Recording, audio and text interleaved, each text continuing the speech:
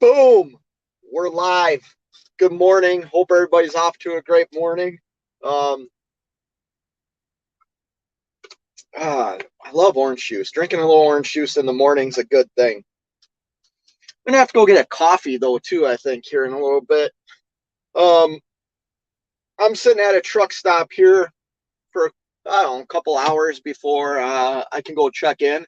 I drove to where my delivery is today, and they turned me around and said, "Hey, you can come back like an hour and a half before your appointment." I don't deliver until noon, so I'll just sit here at the truck stop and relax and maybe eat some food, watch a movie, take a little nap.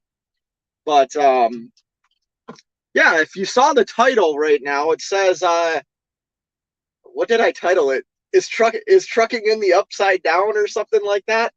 Um, I believe that's how I titled it. And the reason I say that is I happen to be like right outside of Chicago right now. I know it's still early in the morning. It's just about 7 o'clock in the morning, but I went on the load board um, this morning to look for a load to get me back to Minnesota. I'm gonna go home this weekend, and there's 8 loads on the load board right now. So then I stretched it out to 200-mile radius, and where I currently am, 200 miles, like you're talking about some of the best freight markets in the country. And that went from 9 loads at 100-mile radius. When I searched a 200-mile radius, it brought it up to 19 loads. So 10 more loads in a 200-mile radius. The volume's starting to get scary, people. Uh, I'm always a guy. If you followed me, I'm always a the glass is half full type of guy. I don't worry about things. I always try and be positive. I'm actually very nervous right now. Not for me, but just for people that don't understand what's going on right now. That's who I'm worried about, because it's a trickle down effect. And yeah, I'm at least fortunate enough that if I want to deadhead 400 miles home, I have no problem doing that, and that's what I'll do. But when I look at the trucking industry right now, I'm going to rant here for a minute, then I'll say hi to everybody. And if you fully disagree with me right now, leave it in the comment. Let's have a discussion. I got a little bit of time here, so maybe after my rant, I'll put the link up and we can communicate. So we're dealing with a volume shortage in freight. I mean, if you're not seeing that right now, you have blinders on, for one. Hopefully you've developed relationships with some shippers or some customers that can keep you busy right now, because the volume just ain't there in the spot market. Certain areas it is, and then you leave that area and you're gonna see 9 loads on the load board at 7 o'clock in the morning out of Chicago. Like, that's crazy. That's reefer freight, by the way. And then you look at like truck prices. I was just looking at trucks this morning, and for all you that don't know, I drive a 2015 Mack CXU 613. I bought this truck in 2020, January of 2020, with 420,000 miles on it. I paid $38,000 for my truck. I just saw trucks on Truck Paper identical to mine for $70,000. Like, and I saw a truck that had 875,000 miles for $68,000. The exact same truck as mine. That's ridiculous. If you're thinking about purchasing a truck right now, pump the brakes. Like, if you disagree with me, fine, but pump the brakes. Like, don't do it. Don't do it. You are going to put yourself behind the 8 ball. The volume of freight right now isn't there to support a very big payment, especially if you're new to being an owner operator. It's just not there. Don't do it. Wait 6 months, 8 months, and then do it. And I'm going to say this too, which is probably going to piss off people. And it's about lease purchases. Here's the thing. a lot of big lease purchase companies have contracted freight, right? That's one positive thing about mega carriers is they have a lot of contracted freight. Well, if you look at the spot market right now, with rates still good, I mean, I'm not a guy that complains about rates. Historically, rates are still good.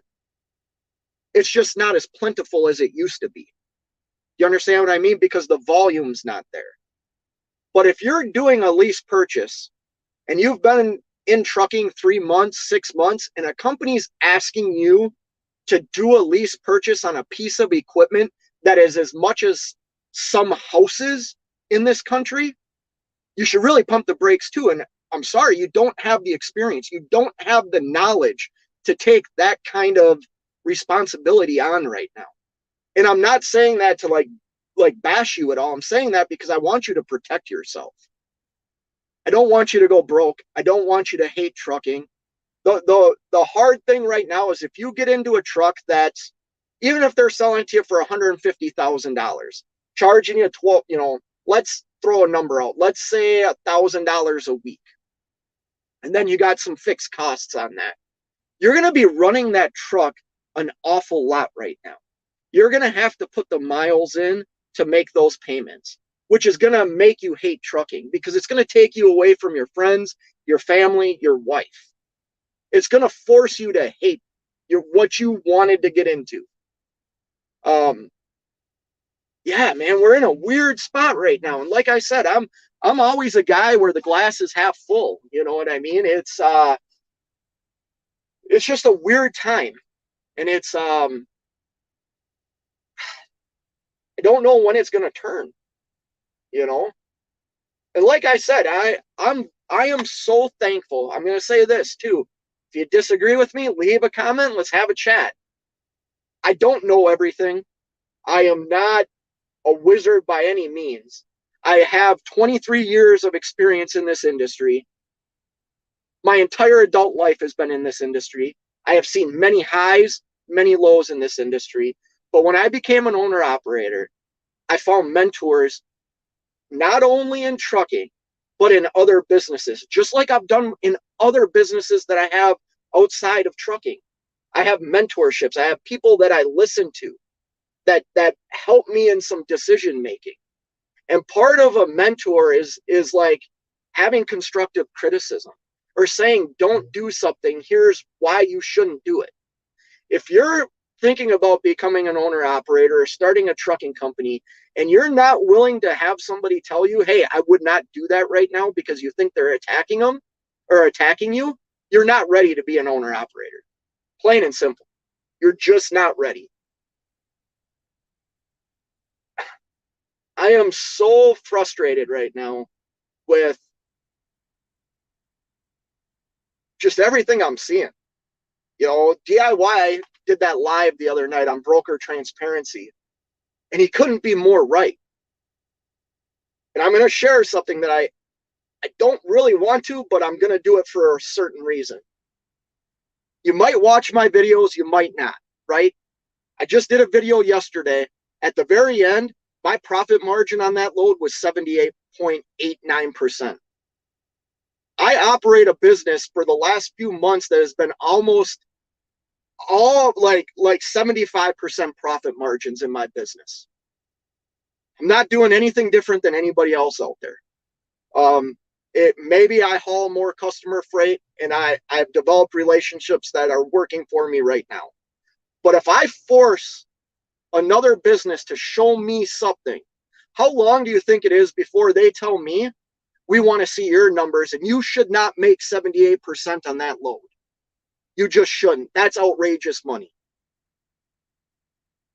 We don't want to kill ourselves, people. Like, I get shit. I get that stuff's tough right now. I get it. I understand. I empathize with you. Stop the nonsense. Don't point fingers. Take some freaking responsibility. We're all effing adults. If you set something up wrong, that's your fault. That's not my fault. And you know what? By pushing certain things to have more regulations, that's going to affect me. It's going to affect you. Like, Be accountable. Change something. If that means you need to get out, get out. God, I know people are going to hate this, and I'm so sorry. But I am at the point where I'm about to like just be so frustrated with things I hear and things I see, because in my mind, the way that I operate, how I operate my trucking business, how I pick my loads, the brokers, whoever, how I purchase my fuel, it's all methodical. It's all planned. I try and do what's best, not only for me as an individual, but my business. I spend a lot of time trying to build a profitable business. And yet the guy over here is going to force something or complain and bitch enough that it's going to hurt me. It's not my fault you're not successful. It's your fault. Or it's an industry's fault that had you believe that you can purchase $250,000 trucks and make all kinds of money. Like, God, I'll get to comments so I stop this crap, because I know I'm gonna piss people off, but I'm so tired of hearing stuff that I know is gonna affect me as a business owner. And like I said, I am not bragging. I am not trying to be some sort of pompous a-hole. But if I can operate a business that operates in the 70%, almost 75% the last couple of months profit margins, I know you can too. Like, that's the thing. I know we're all capable of doing it. It's just being smart about it. You know, I'll get to a couple of comments. Sorry if I offended you. Go way back here. Shoot, I just got an alert. Snorlord went live. Bummer. Hot Seat's in the house. Good morning, Hot Seat. Shannon's in the house. Good morning, Shannon. This trucking life, what's going on, man? Trucking up. Hey, good morning. Are you home, or are you out in the oil field? For all you that don't know, he's a big oil field guy now. Yeah, hit the like for me. Thanks, Shannon. Little Al's in the house. Good morning. From what I hear from your old boss, or from my old boss, FedEx is slow right now too. Yeah, there's lots of things that are going to start slowing down. So I run reefer freight, right? This is just real quick trucking life. This time of year in a certain area, Jackknife TV might even know about it. I see that you're here this morning. Out in Pennsylvania, there's a big like candy distributor that we can go there. We've been able to go there a lot and take freight, candy freight. Well, Halloween's coming up. There's no loads coming out of that facility right now back to the Midwest. Like, last year it was booming. So yeah, things are getting tight everywhere. Jackknife's in the house. Shannon says, LOL, I don't want to tell you what I had to take to get out of Jacksonville. Yeah, that's a tough area, Shannon. But I hope you got your money going in, and just, certain areas you just get your money going in and you get what you can to get out. There's nothing wrong. Like, I don't know where we got in the idea that everything is always going to be like a home run. I don't know where we got that idea, because that's just not the case. Sometimes you got to do what you got to do. Miss TBT USA is in the house. Hey, good morning.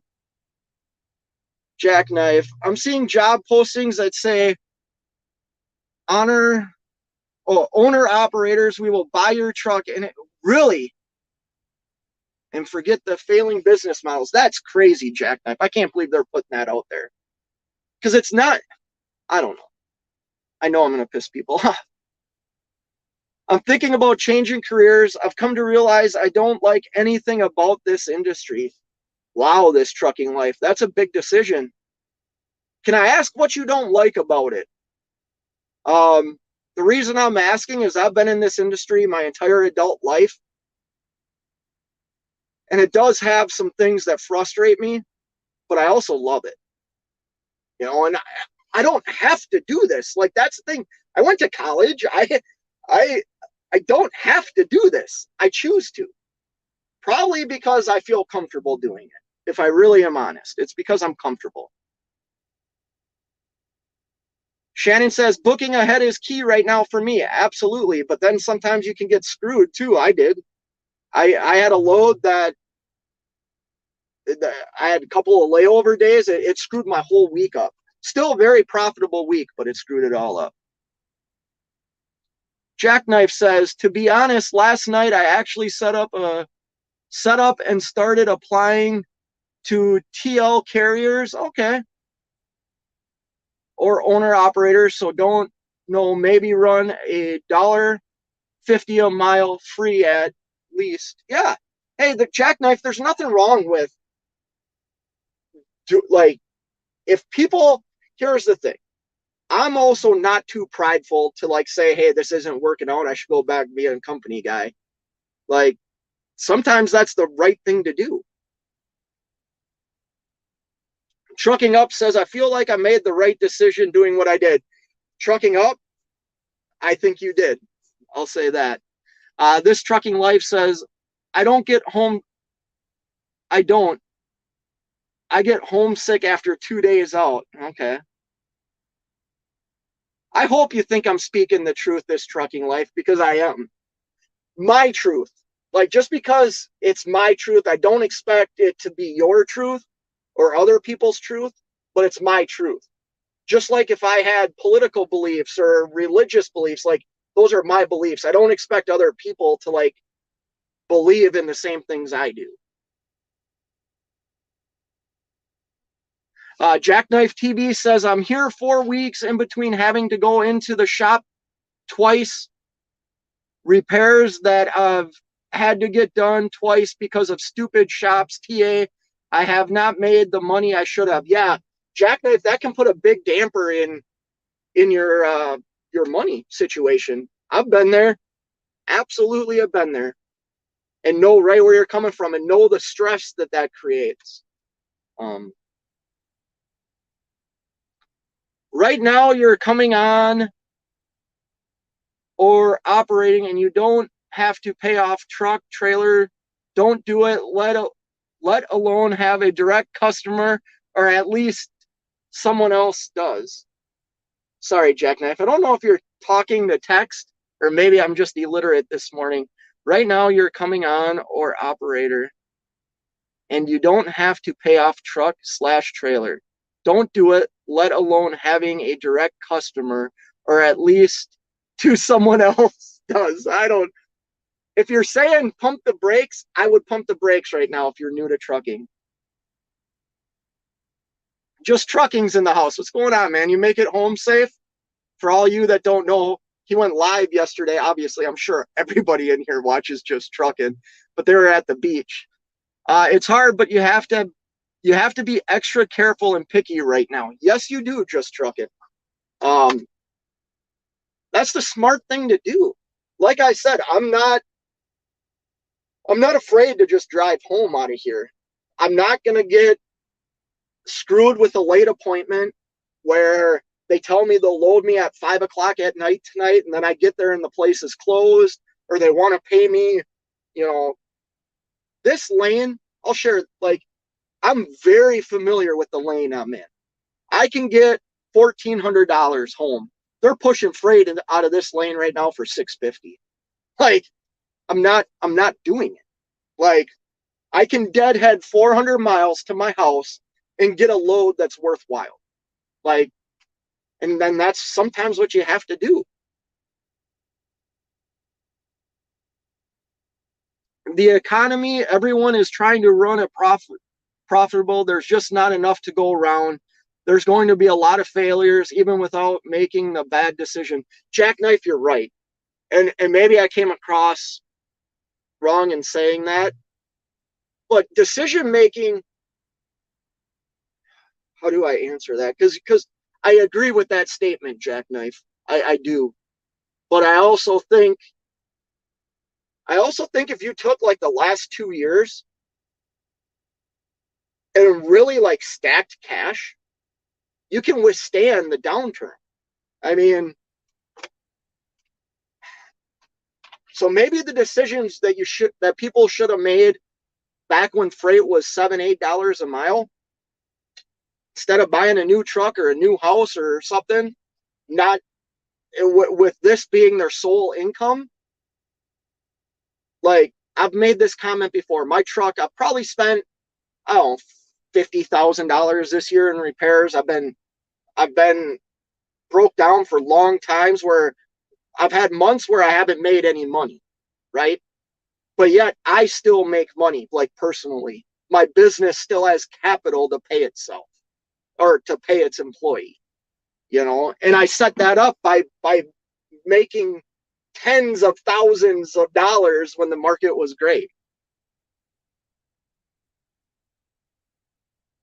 Speak to tax. Okay, yeah. Old school, new school. Who cares if someone gets pissed? They got mad about something or offended. It is their problem. Well, thank you, old school, new school. You know what? I know some people don't like this guy. I got called out in another live show the other night, which is funny for me to even think. But BOC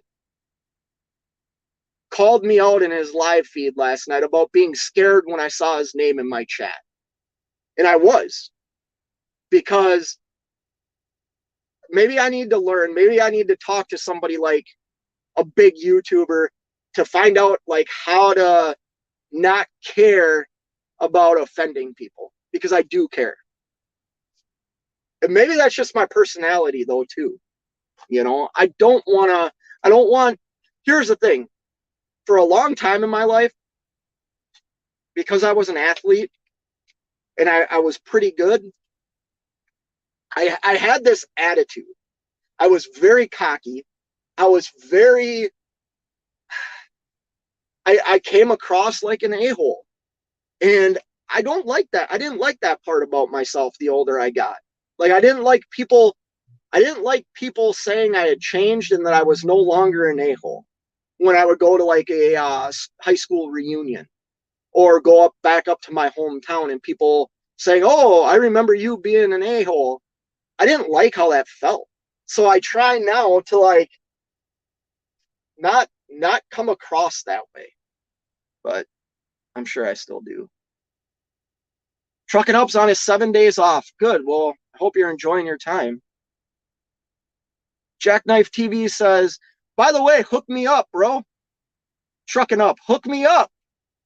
I'll come and work for you. Jackknife TV says, speaking of FedEx, I spoke to a UPS freight guy.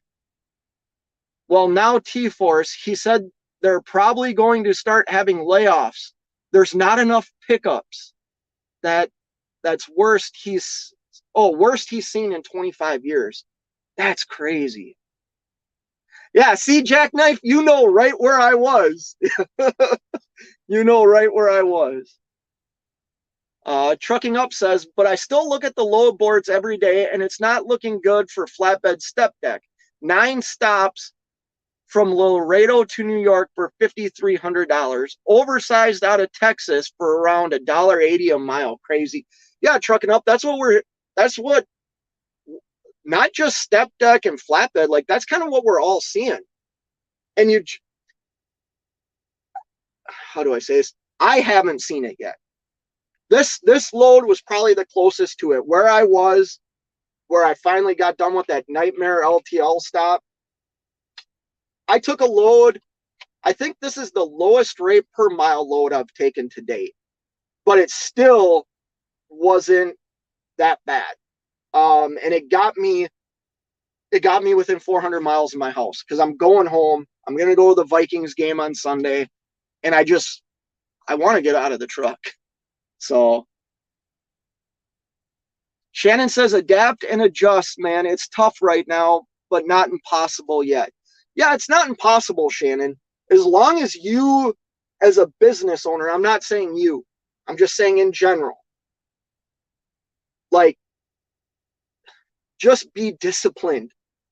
I mean, I would love to have a W900 right now. I would love it. I can't do that right now. If I do that, it would destroy what I'm trying to build. I have to be disciplined and not pull the trigger on something that I really, really want. You know what I mean? And I know if I bought it, 2 of my mentors would destroy me.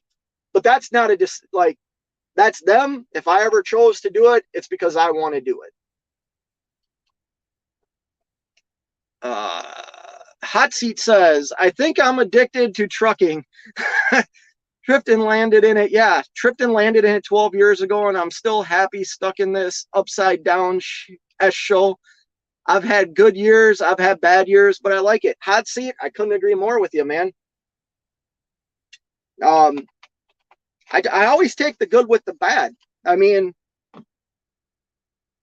not that trucking is anything like being a parent, but you know what? Like I was a parent, I raised two daughters, and it's not easy. Like girls, I I look at my stepson. Like girls are so much different than teenage boys, and I took the good with the bad. And I look at my daughters today, and like they're very well-rounded, smart, driven, young. One's an adult, a young adult. The other's, a high schooler.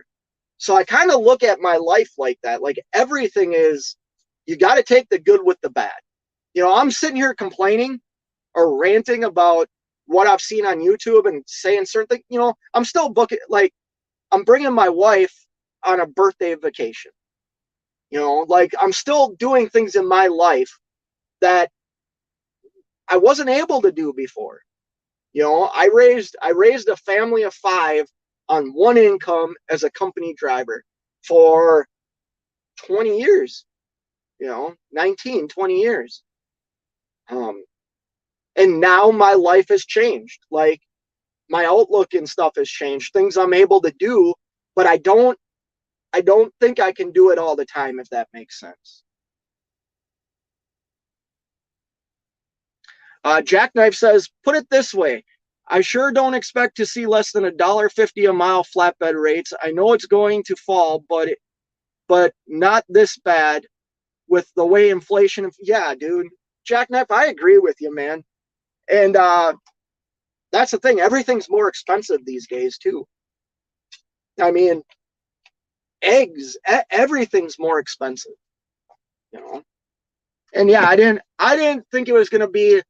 I never thought I would get to Chicago area and see 9 loads on the load board. Like that's ridiculous.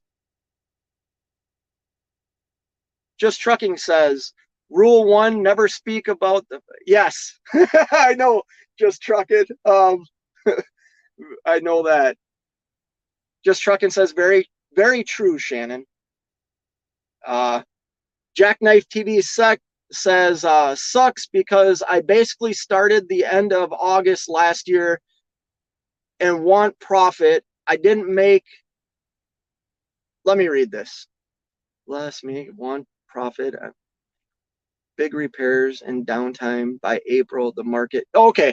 So basically, what Jackknife is saying is the profit that he was making, he had to put back into repairs, and then the market turned to crap for him. And that sucks, Jackknife. Like, but based on your comments, and maybe I'm wrong about this, but I based on your comments and seeing in other people's lives, I do believe you're a guy that like does take accountability.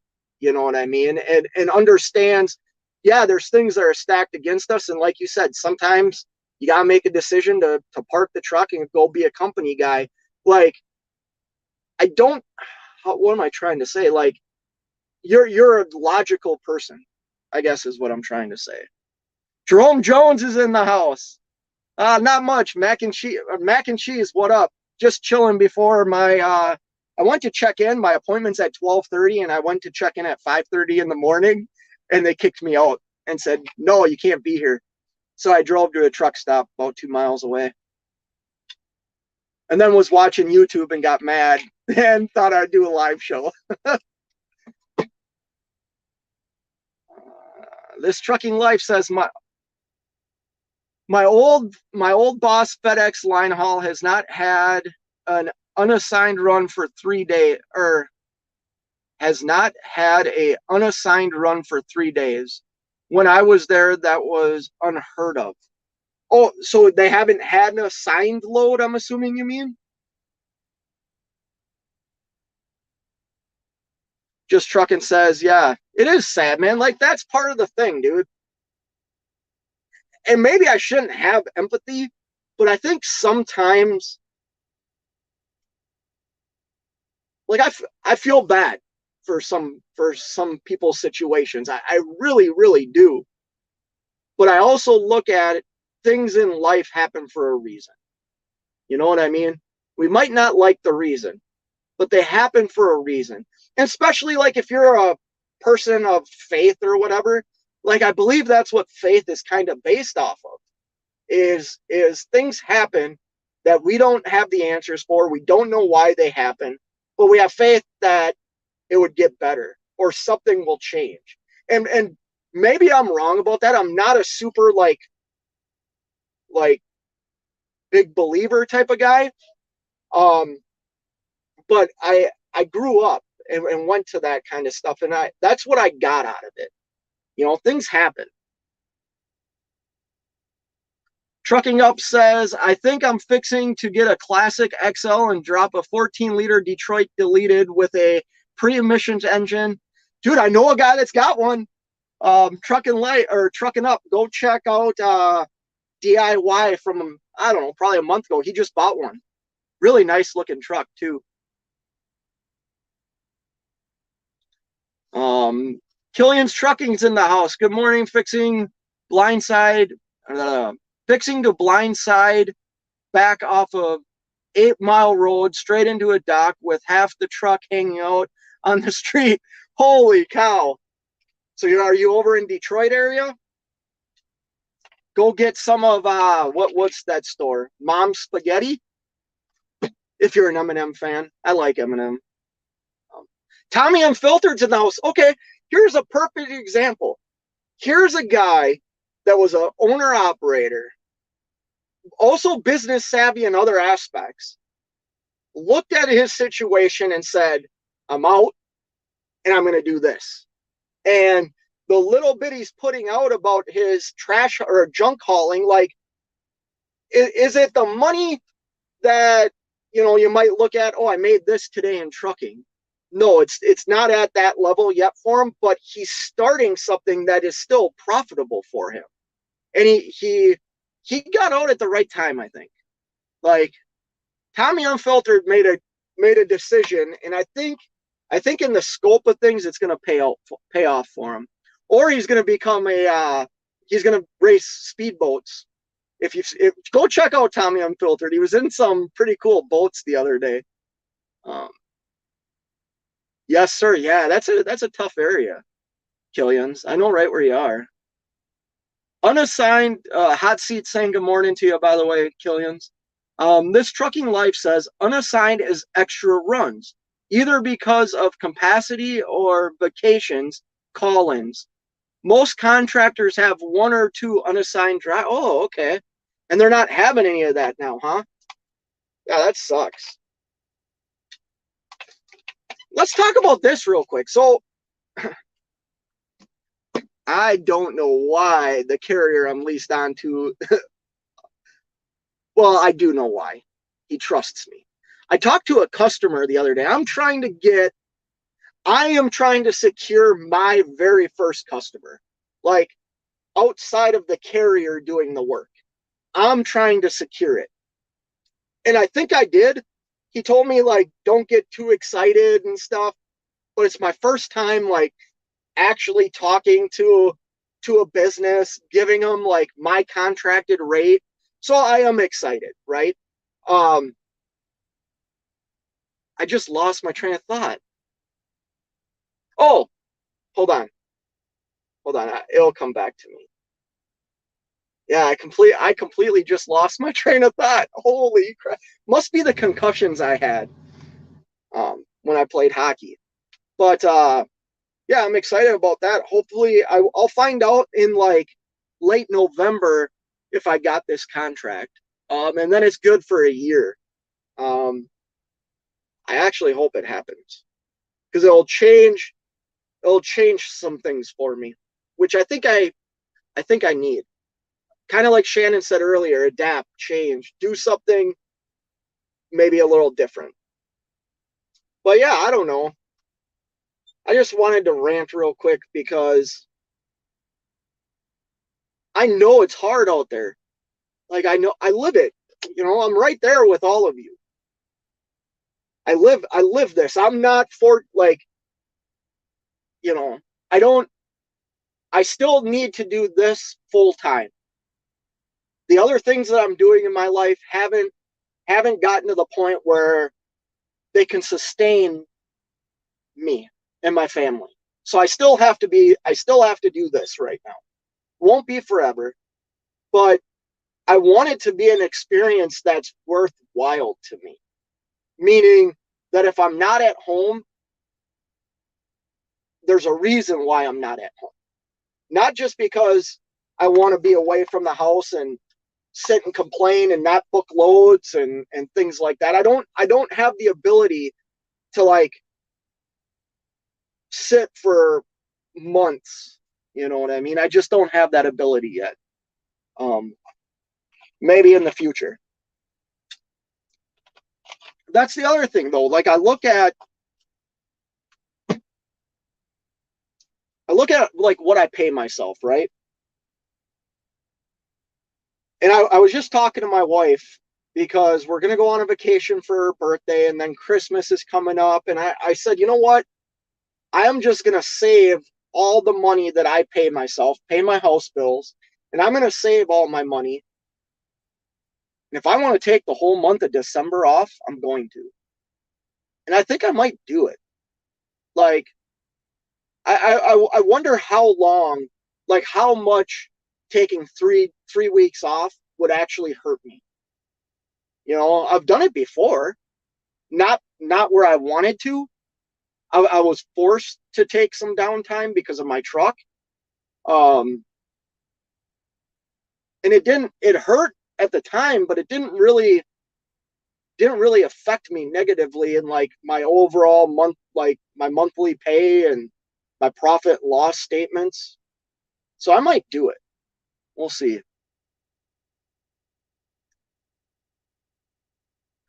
Killian said, Boss Man has offered me one hell of a deal on a reefer, thinking strongly about snagging it. Um, Killian's, if you can make it work, do it. I I know I know what you do, and it allows you the availability. Huh. Sorry, I just got a text from a customer out east. Um, it'll give you more independence. You know, um, I bought a trailer. I know just earlier I was talking about, like, don't invest in something unless you're sure of it. Well, I'm sure of what I do right now, and I thought buying the trailer was a good idea. You know, and it made sense for me to do it, and I'm glad I did. I I just spent money on the trailer that I didn't know I was going to have to spend. It's another thing that does take money from the business, but it's generating me a lot of money too. Um, and I think as a business, having profit, having capital is important. The more capital you have, the more buying power. Like, it affects everything. My bank. I don't want to talk about that, actually. I'll talk about that another day. Um, Please let me know when you're. Hold on. I'm sorry, people. I gotta read this. Please let me know when you're on before. Huh. Sorry about that. That's where connections come in, people. This is a customer that's wondering about me being out east on the 15th. Like, that's a week away, more than a week away. Anyways, Killian says my percentage will go to 88%, and that will be a huge step from 75% I have been at. Yeah, so Killian's the other thing to remember too is, like, you're not gonna you are gonna generate, what is that, 12%? Is my math right? Anyways, So like for me, I was at 80%. I purchased a trailer. I'm at 90% now. That doesn't mean like every load is 10% more, because the trailer costs something. The trailer costs to maintain, to run the reefer, everything.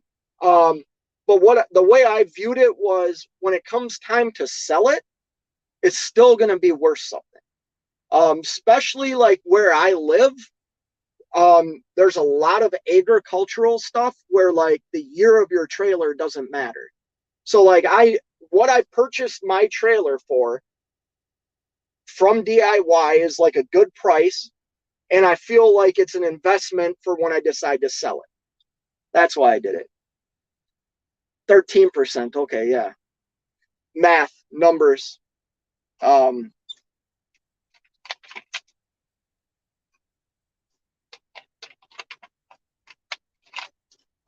Tight.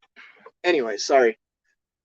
Yeah, I wanted to go live this morning, just kind of vent and understand. I know not everybody's going to agree with me, and I don't expect everybody to agree with me. But like, I don't want to be hurt. I don't want my business hurt because somebody else's business is hurting. Like, that's not capitalism. It's just not. You know, we don't want to all be forced into the same thing and told that, oh, if you're an owner operator, you're a trucking company, you can only reach this level. I think we all became owner operators because we had reached levels with whatever it was we were doing and couldn't break that glass. You know, I guess I can speak for myself, but that's why I became an owner operator. Do not hit me. Because I couldn't break that glass that was above me. And I thought, hey, if I become an owner operator, I might be able to break that glass. And I have. It's put me in a position of power versus a position of like struggle. You know, I got one heck of a question, Fate. Go ahead and ask it. I'll do my best to answer it.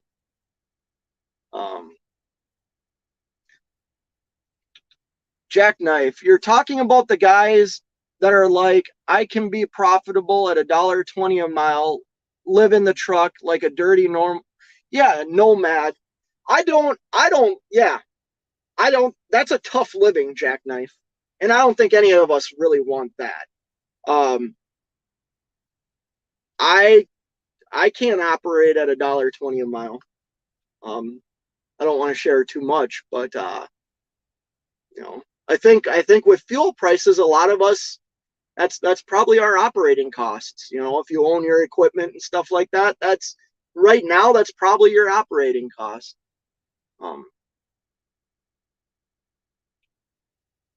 Killian says, so just say there was this 2010 trailer with a 2020 carrier unit. Okay, so Killian's real quick, a 2020 trailer or 2010 trailer, that's 12 years old. Some places don't want to load that old of a trailer. Find out from what you do. I know you kind of run the same thing. Make sure they'll load a trailer that's a 2010 trailer. Some places want it, you know, no older than 10 years. There's only 7K on the unit. Killian's, that's very low hours on a unit.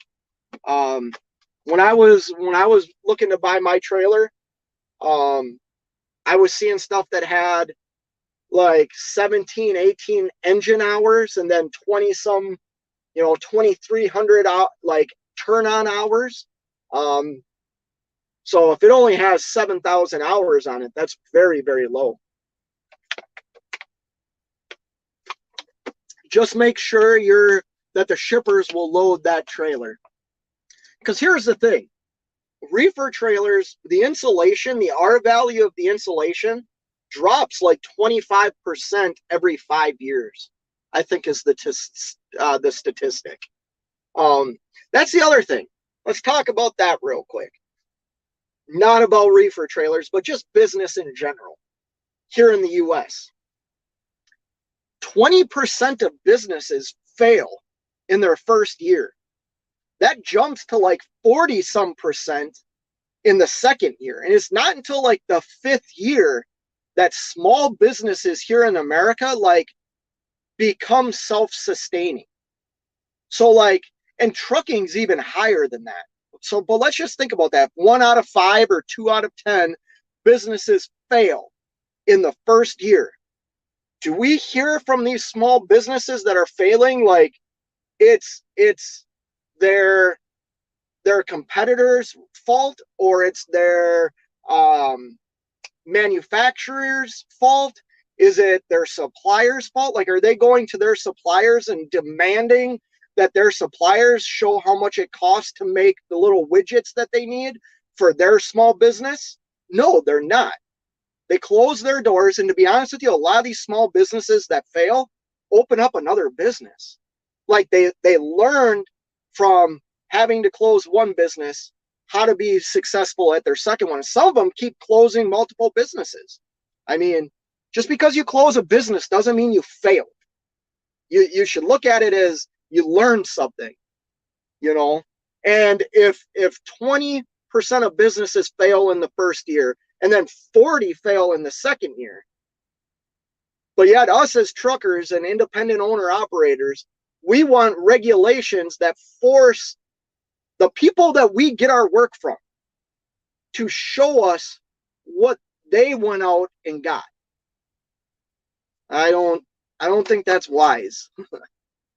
I don't think that's wise. Would a trailer like that be worth $27,000? Whew, 2010. I'm probably not the guy to ask that, Killians. I want to say, I would say yes because of how new the unit is. I would say no because I just don't know how many places are going to load a 12-year-old trailer. If the trailer is clean inside, I've never had somebody come out and check the stamp on my trailer to see what year it is. I'm just going off of like when you sign a Raycon or you're trying to book a load and the broker asks you, hey, what year is your trailer? That's happened to me every now and then. Not a lot, but it has happened. But $27,000 on a brand new carrier unit, I think you said, I'd have to go back in the chat, like, or a 2-year-old carrier unit, like, that might, I mean, that itself is worth money. But I'm not the guy to talk about how much the trailer should be worth. I'd reach out to the other people I know you talk to and ask them. Shannon says, yep, you're right. Well, I don't know what I was right about. Shannon. Thank you for saying that, though, unless you're talking to somebody else. I'm pulling it now. Boss man, let me try it out and make sure I like it. Gosh, I got the sun in my eyes now. It also has an 85-gallon fuel tank. The people we deal with hasn't said anything so far. All right. You know, Killians, just ask them. Like, I know one place you haul a lot for. Ask them if they'll load it. Just ask them. Grade 8 Transportation's in the house. Good morning. Saying hi to the chat. Jackknife, ice cream is about the only places that kind of check. Yeah. So they'll come out. They've never checked. I've never seen them check my my little plaque that says the year my trailer is, but obviously they come out and check the temps and everything like that. They're very particular about that. And the other thing you should do, Killians, is next time you haul a frozen load, see how the trailer's holding up. Is the reefer running on high idle a lot? Is it defrosting like every half hour?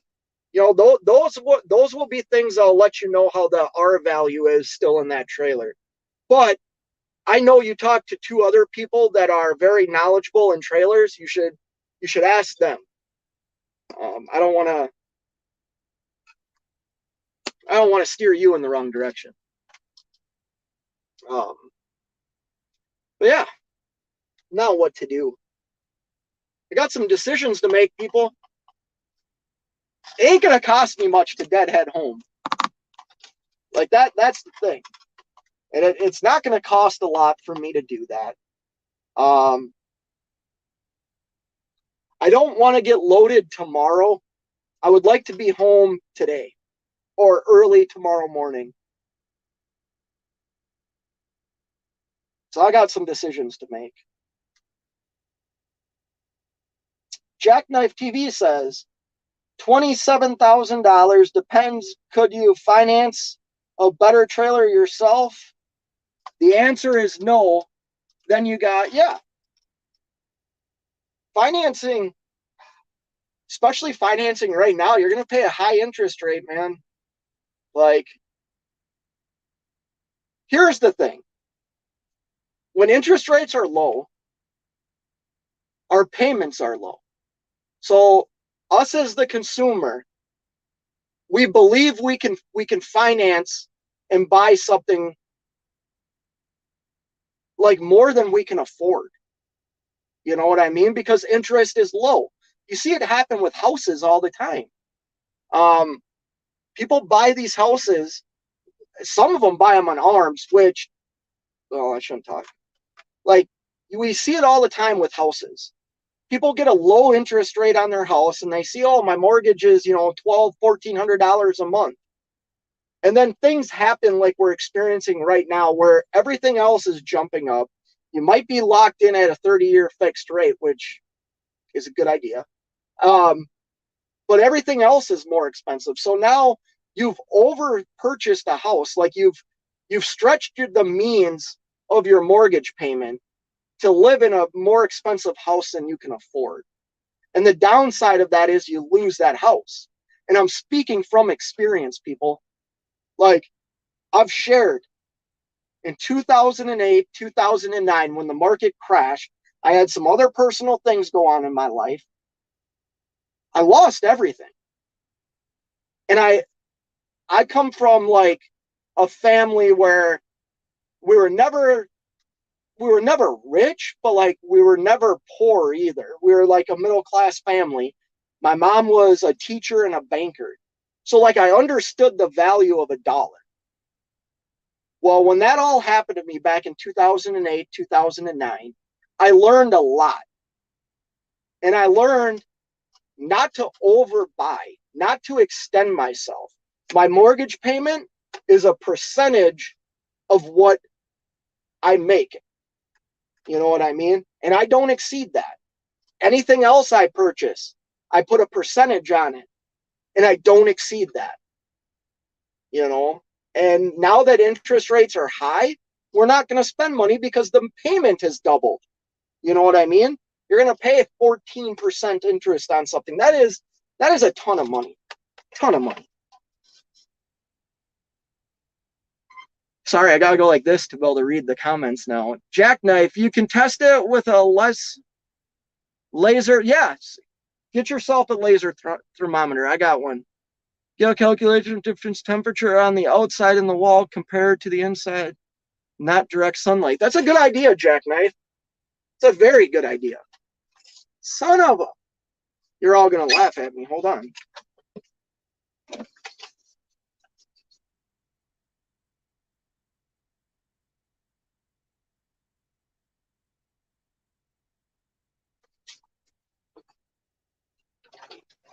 What do we got here? How can I do this? Go like this. Go like this. Damn. Should have been a dang engineer. Oh, no, I shouldn't have. Foundation might collapse. Let's see if this works. Yeah, see? That works. That works. And I put on... I made a comment the other day. Every time I put this hat on, I feel like a superhero. So now I got my superhero hat on.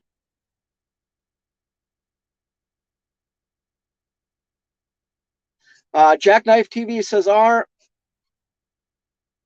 Jackknife TV says arm. LO, that's for people that can't afford to buy a house outright and are just leaving. So Jackknife, you're right. Arms do though like serve a little bit of a purpose in some real estate transactions, especially if you are. See, this hat sits so damn high. Um, I shouldn't. I don't want to give investment tips or because I'm not licensed to. Arms, if you're buying a house on an arm and don't work on anything personally, your credit and things like that, you can be taken advantage of real quickly. Um, and it happens all the time. Um, so be careful. But if you're buying a house with a low arm rate and you're able to like turn around and sell it, you can make some money. Just Truckin says custom window shades. So, yeah, I need to get some custom shades for sure. Um, we should. You know what? Just Truckin. Back in the day, I was gonna email you. You should. I would pay you, send you pictures. I would pay you to make me a custom grill. I remember that custom grill you had on your Volvo that you made. I would pay you to make me a custom grill. I think it'd be pretty cool, like a matte custom grill. That'd be cool. Um, Probably can't afford it, but I would. It would be fun to have. That's the other thing I've thought about. There's a custom truck shop not far from where I live. I'm sorry, Nick. Your hat sits way too high on my head.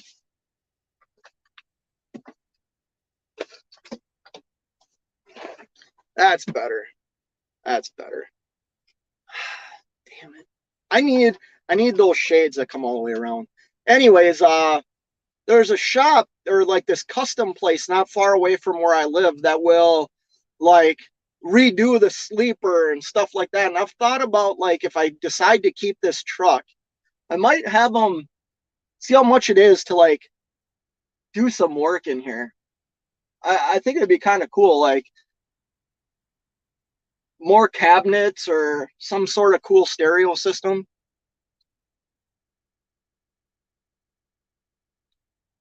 Jackknife TV says that's how I got my house from 12,000 bucks before an investor took an arm mortgage to rehab it and defaulted, foreclosed. Yeah, Jackknife. That's what I'm saying. And here's the thing. Remember when that was a big wave? Like everybody said they were going to flip houses. Flipping houses isn't like the easiest thing in the world. There's a lot that goes into it, especially if you find something out and don't disclose it. I actually had a buddy get sued over that. I had a buddy that did that. Started buying a bunch of properties and found something out and didn't disclose it, and he got sued big time. Oh, you could make them out of your towel. Just wait for them to become hard. Yeah, come on, Jackknife.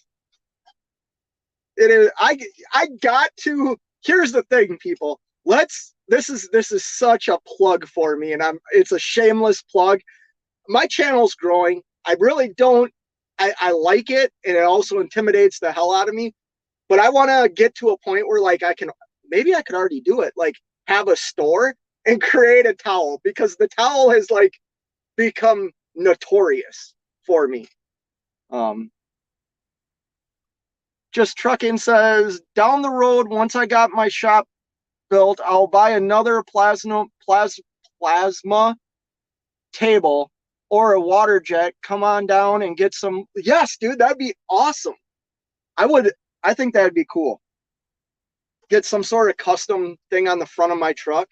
Because here's the thing. Here's the other thing. And like, just Trucking, you might be able to relate to this because you drive a truck that I think really represents like who you are. And I know a lot of other people do that. I talked to my buddy the other day who drives a 389, and the truck is like a representation of himself. I get that. But then I look at my truck, and there isn't many of them on the road. I think it would be cool to like wrap my truck or do something to even make it stand out more, because like right now, this truck stop I'm in, all I see are Freightliners, some Volvos. There is one 389 right there, but that's it. Like they're all, and don't get me wrong, my truck is, you know, semi aerodynamic. If you want to call it a plastic truck, fine. But like there's some cool features that this truck has that I think if I could get myself to spend the money on some chrome and things like that, it'd make the truck pop even more.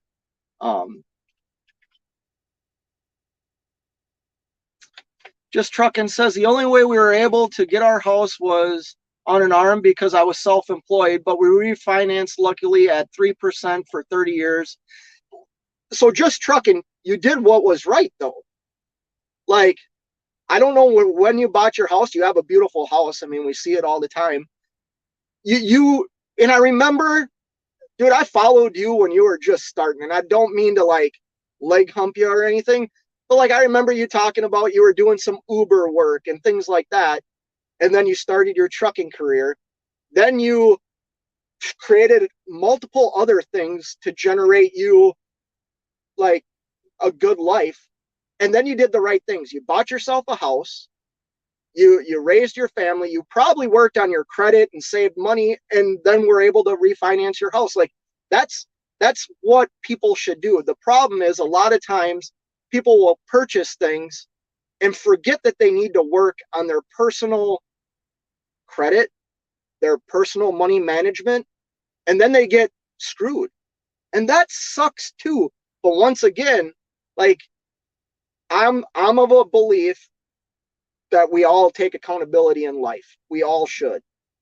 If that happens because you didn't take the necessary steps, it's not the lender's fault. It's our fault, you know. And Just Trucking, I have no shame in admitting that I went bankrupt in 2008, 2009. Like my life changed dramatically. I lost a job. My marriage ended. A lot changed. But I know the reason everything happened the way it did is I just overextended myself. And I will never do that again. Never. You know, I know we have inflation. Our dollar isn't what it was worth, you know, 6 months ago, a year ago. But I'll tell you what, when you have those dollars set aside, they mean something and they can turn into things for you. Jackknife says, I drive a 13-liter, a 13-liter, blah, blah, spread. Yeah, it definitely represents me. Yeah, I talk a lot of crap about people that make decisions based on representing themselves. You know what I mean? But I also understand it now. I had a good talk with a friend of mine the other day. Like I said, that his truck represents himself. So I get it. Like I get it. I just am not there yet. Maybe someday. Maybe someday. Maybe if something changed in my life where I could get the truck I really wanted, because it would be a W900. I'll be honest. It would be. I would want the couch. I would want like the big studio sleeper with the couch in the back. But I don't know when that time is. I know it wouldn't be good for what I do right now. It just wouldn't. The mountains, the over the road. I mean, this week kind of sucked. I try and stay under 2,500 miles a week, and I think I put on 2,700. That's a lot for me. Like, I don't like to operate that way. Me and my wife have been looking for a home to buy, but honestly, right now in this market, we're probably going to stay where we're at.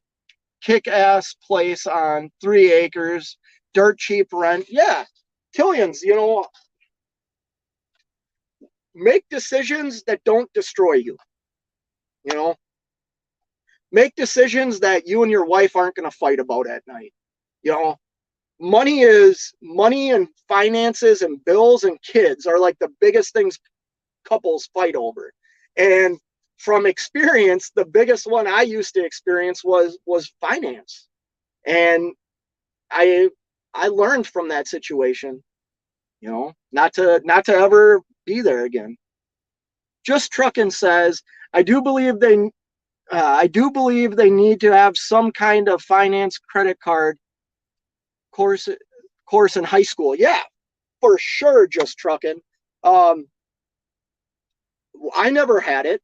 I know my daughters, they have an economics class because my daughter that's in college now, when she was a senior, they went through economics and she learned how to like balance a checkbook, which in reality, none of us really write that many checks anymore.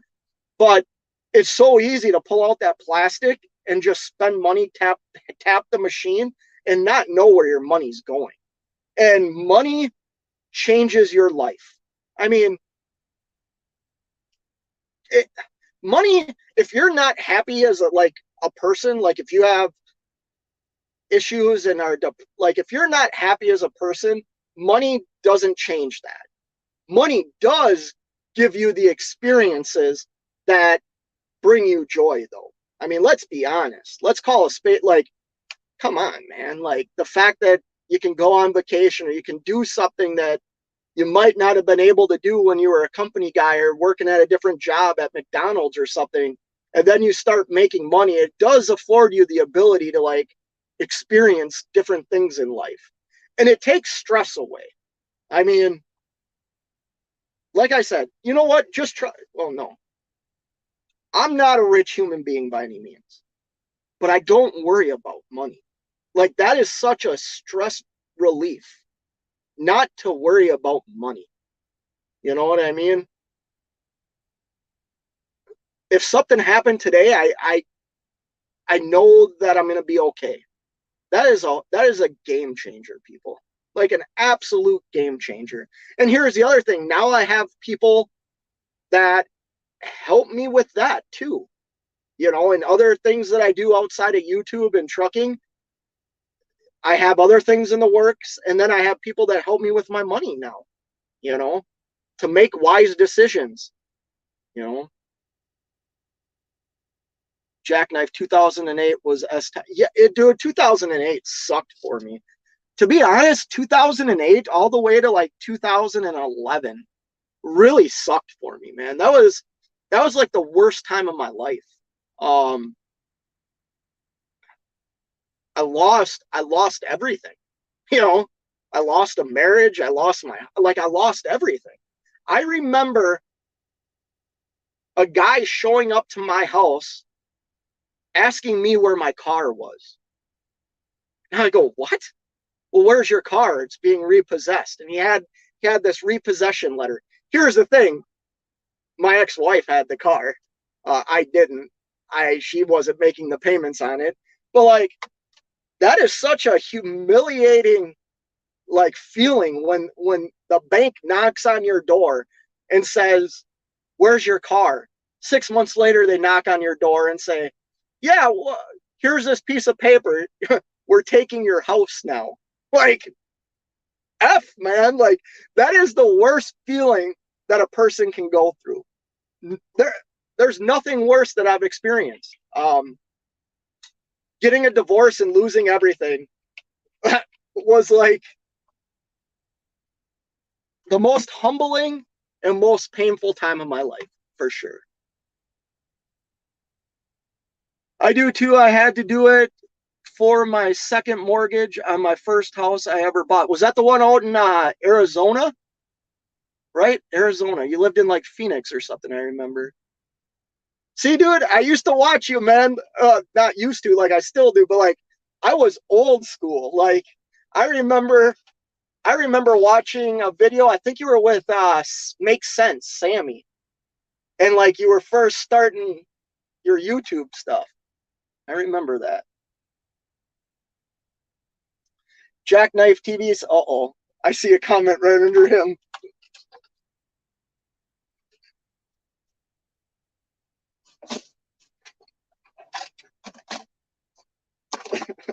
Probably gonna yell at me. most people look at trucking only in one aspect. The main revenue generator, to be honest, is a stepping stone. And if you can keep it going and profitable, that's awesome. But invest other income. Yeah. I can't give advice on investing because I'm not licensed to do that. What? Oh, Mr. Fate. I thought that said Miss Fate. So, Velox, if you just stepped in here, I was wearing your hat for a while, but like I said, my head, like it just sits too high on my head. And how I like to wear hats, I guess I could go like this. I like it like this. It's fine backwards, but up here, like it sits too high. And yes, I'm a guy that doesn't take stickers off of his hats. Um, I leave stickers on my hats. But just trucking, saying hi.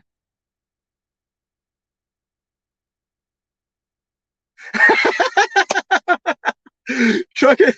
Doctor asked, where does it hurt? Fate says, Menards. Yeah, there we go. Oh, just trucking's wife's in the house. How's it going? The same thing happened to my dad in 2008. We got to keep our house, but barely. It was rough. Yeah, man. Like I'm 42.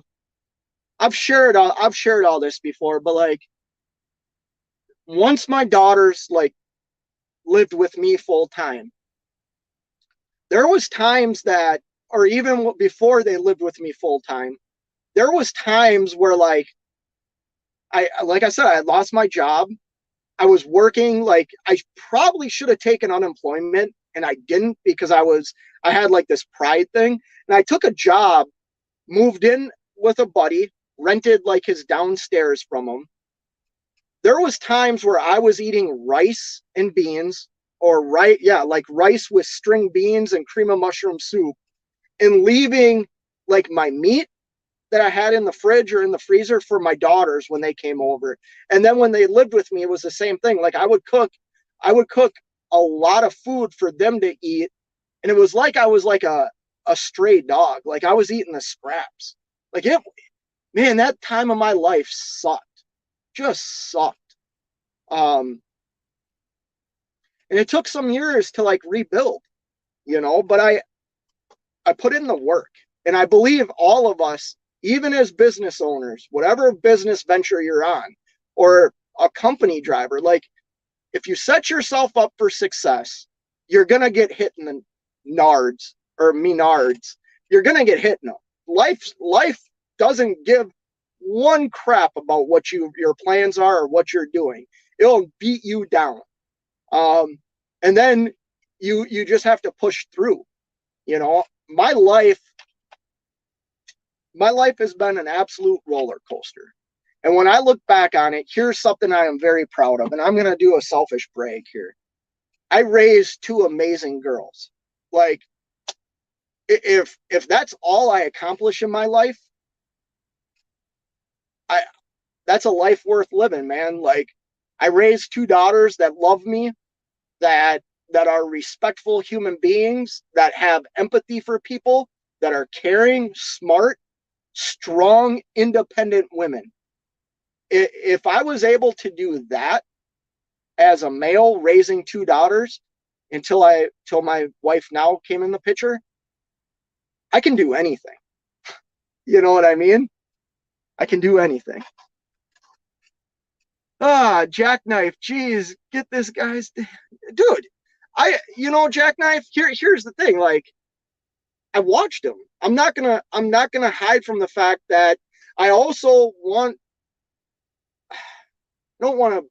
I want to create stuff like he does. Whether it's Nick, Velox, whether it's just trucking, whether it's any of these people. Like, I'm not a guy that. This is who I am. You know what I mean? I know it might seem like I'm humping and stuff, and that's fine. You can have that approach. But here's the thing. I'm learning from watching because I'm looking at people that are super successful, and whether it's success in trucking, success in YouTube, success in other ventures, I'm watching these people and learning. Like, that's the key, watch and learn, and yeah, I probably am. I probably am. you know. But I broke bread with Velox, you know. I consider him a friend. Um, okay, Jackknife, you're making fun of me. Look at these two going at each other.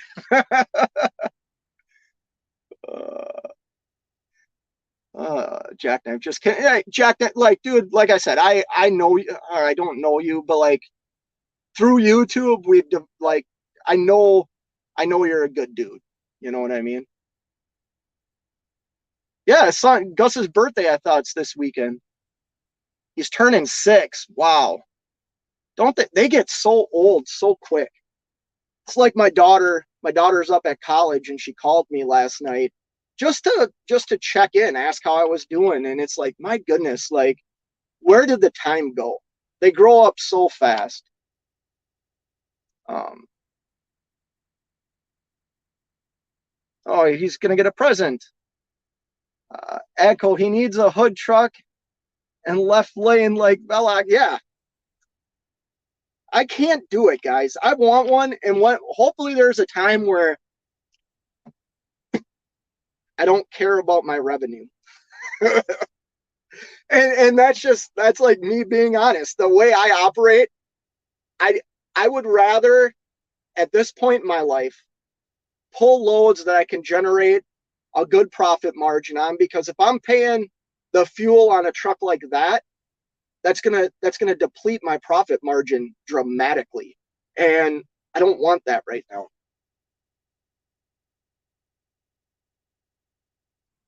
Uh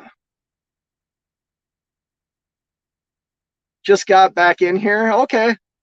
That's Killian's just got back in here. Yeah, we were probably talking about something. Killian said some real a-holes here in Detroit. Let me tell you. Yeah, Detroit. Detroit's tough guy town, dude. Come on.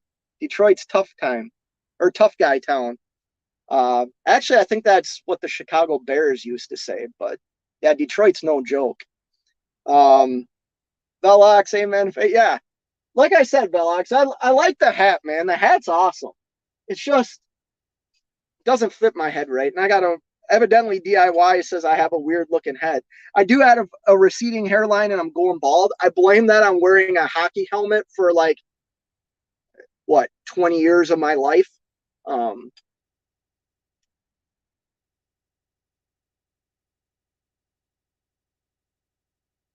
Jackknife, amen. Yeah, time flies with kids, man.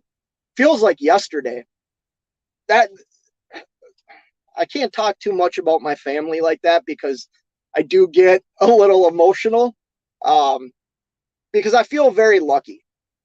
You know, that's something we talked about 2008 when I had lost everything. I was in a very terrible place in my life.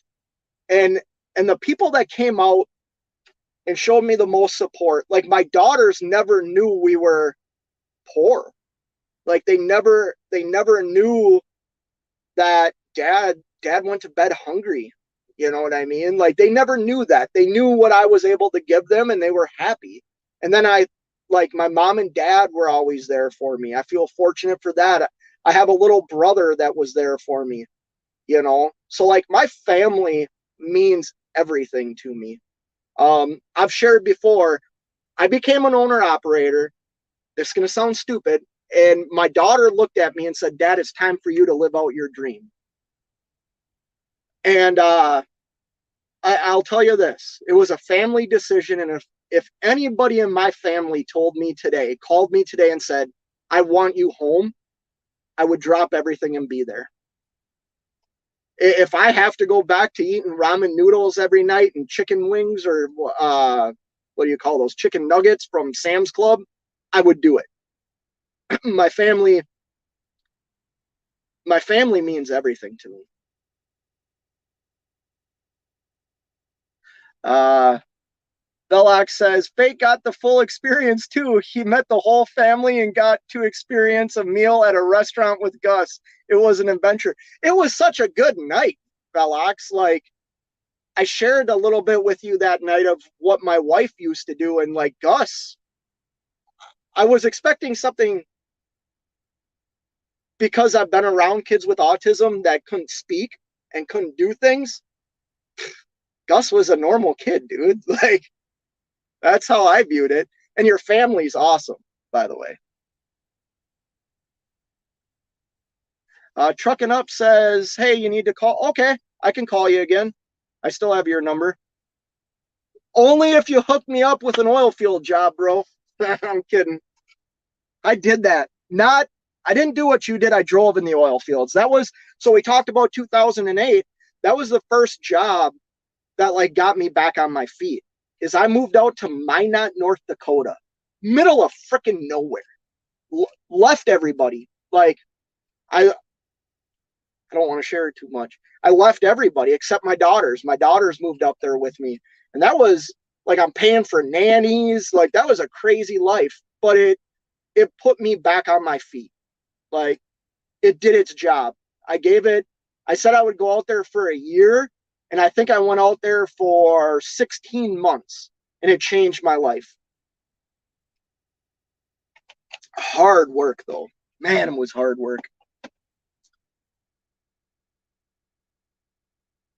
Killian says, how's the W900 just trucking? Just wanted to say hello. I would like a custom grill for my T680 and it will have something similar to one of your old Volvo kick-ass. Yeah, that was a cool grill. Jackknife TV says, I have a video of my little man seeing my old truck that I used to have stumbling around in his little suspenders. I should probably throw it up sometime. Adorable. Yeah, you should. If you want to show your kids, my family, my daughters, I can't show on any videos. They've asked me not to, which is, well, I shouldn't say that either. Like, I don't know why, because they do Snapchat and Instagram and like do all their little stories. And I don't know why. My wife made an appearance on my channel. I don't know, probably probably 3 or 4 videos now. She's getting more comfortable because I want to do a series with my wife on YouTube. We're just worried about privacy and people attacking. I mean, there's people in this chat that I know get attacked. So we're kind of worried about that. But I think a series on like being a trucker's wife and like the struggles of raising family. I probably shouldn't share too much because we got a power couple that could do that very easily.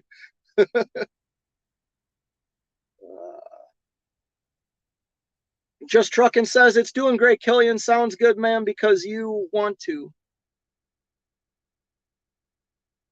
Time for me to pull out. God bless. Yeah, take it easy, Adco. Thanks for stopping in here. Trucking Up says, I have to get my truck ready this morning. I got a buddy picking it up and taking it to Florida to pick up a down truck and taking it up to Virginia. My goodness. Well, hopefully it starts. I saw your video last time you were at home. It started and fired up for you. Well, thanks for stopping in here, Trucking Up. I'll give you a call. The thing we do for kids, short little troll daughter will get before I do. Short little troll daughter will get before I do. I don't know what you're trying to say, but yeah, the stuff we do for kids. Oh, thank you. Enjoy the videos. I'm trying. I don't have a lot of the editing skills and stuff that a lot of other YouTubers do, but it's fun. My daughters watch it. I enjoy YouTube. Here, the other thing is, like, I have some knowledge. Like, that's the thing. I've been in every aspect of this industry. It's been my entire adult life, 23 years. I have a lot of knowledge, but it's my knowledge. You know what I mean? And not everybody agrees with, how I might operate or tell somebody to do something. But when I'm out here on the road and just see the lack of training that a lot of these truckers have these days, where they can't even back into a spot. Here, can I turn my camera around? Show you something. How do you turn cameras around on StreamYard? Somebody that does StreamYard, let me know. But so there's a Swift truck in front of me and then a Stevens transport truck. And they both pulled straight into their parking spots. They can't get out. Like they can't back out of these spots. They'll hit the trucks that are pulled the right way into the spots. That's a lack of training. Like that is a lack of feeling confident to back into a spot. Now, don't get me wrong. If you're a new truck driver, backing's hard. Like it's intimidating, but it's not as intimidating if you get out and look. Like just get out, move 5 feet, pull the brakes, get out and look. Like it can be done. um,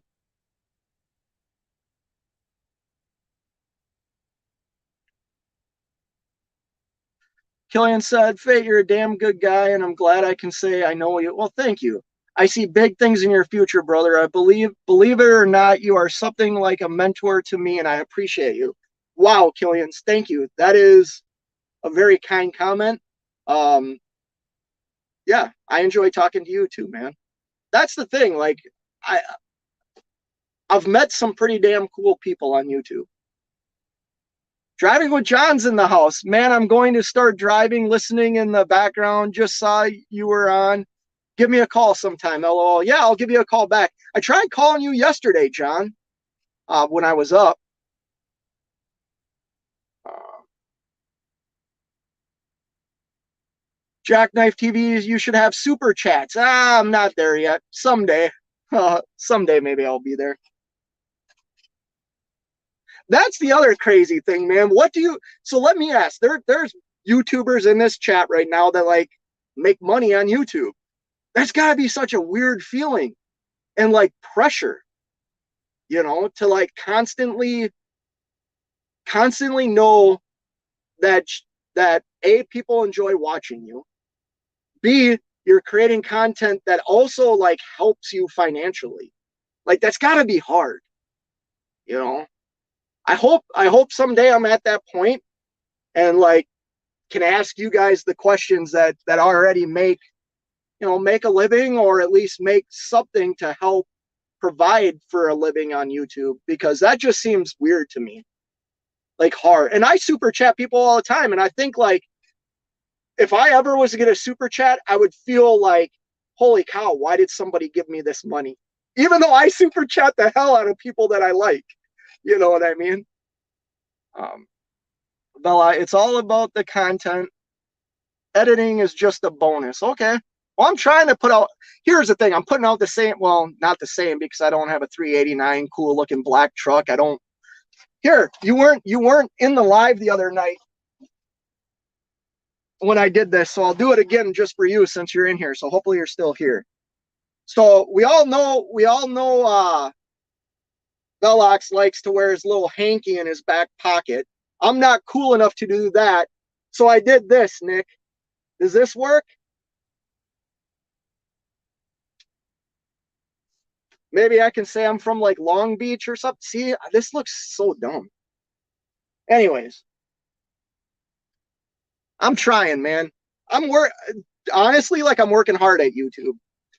Trying to put out what I'm doing because the LTL reefer game is a niche thing. Like it really is. Um, so I'm trying to work on doing videos every day, which is it's a whole nother job. Like it really is. Jackknife says I was going to show some, maybe not Bill Beasley style, but at least yeah, that dude was dropping hundreds of dollars the other night in DIY's live. So does that Adam Bennett guy. Has anybody ever seen him? That guy drops big buco bucks too. Yeah, that's right. Not everybody can be Bill Beasley. That's right. I need to become friends with that guy.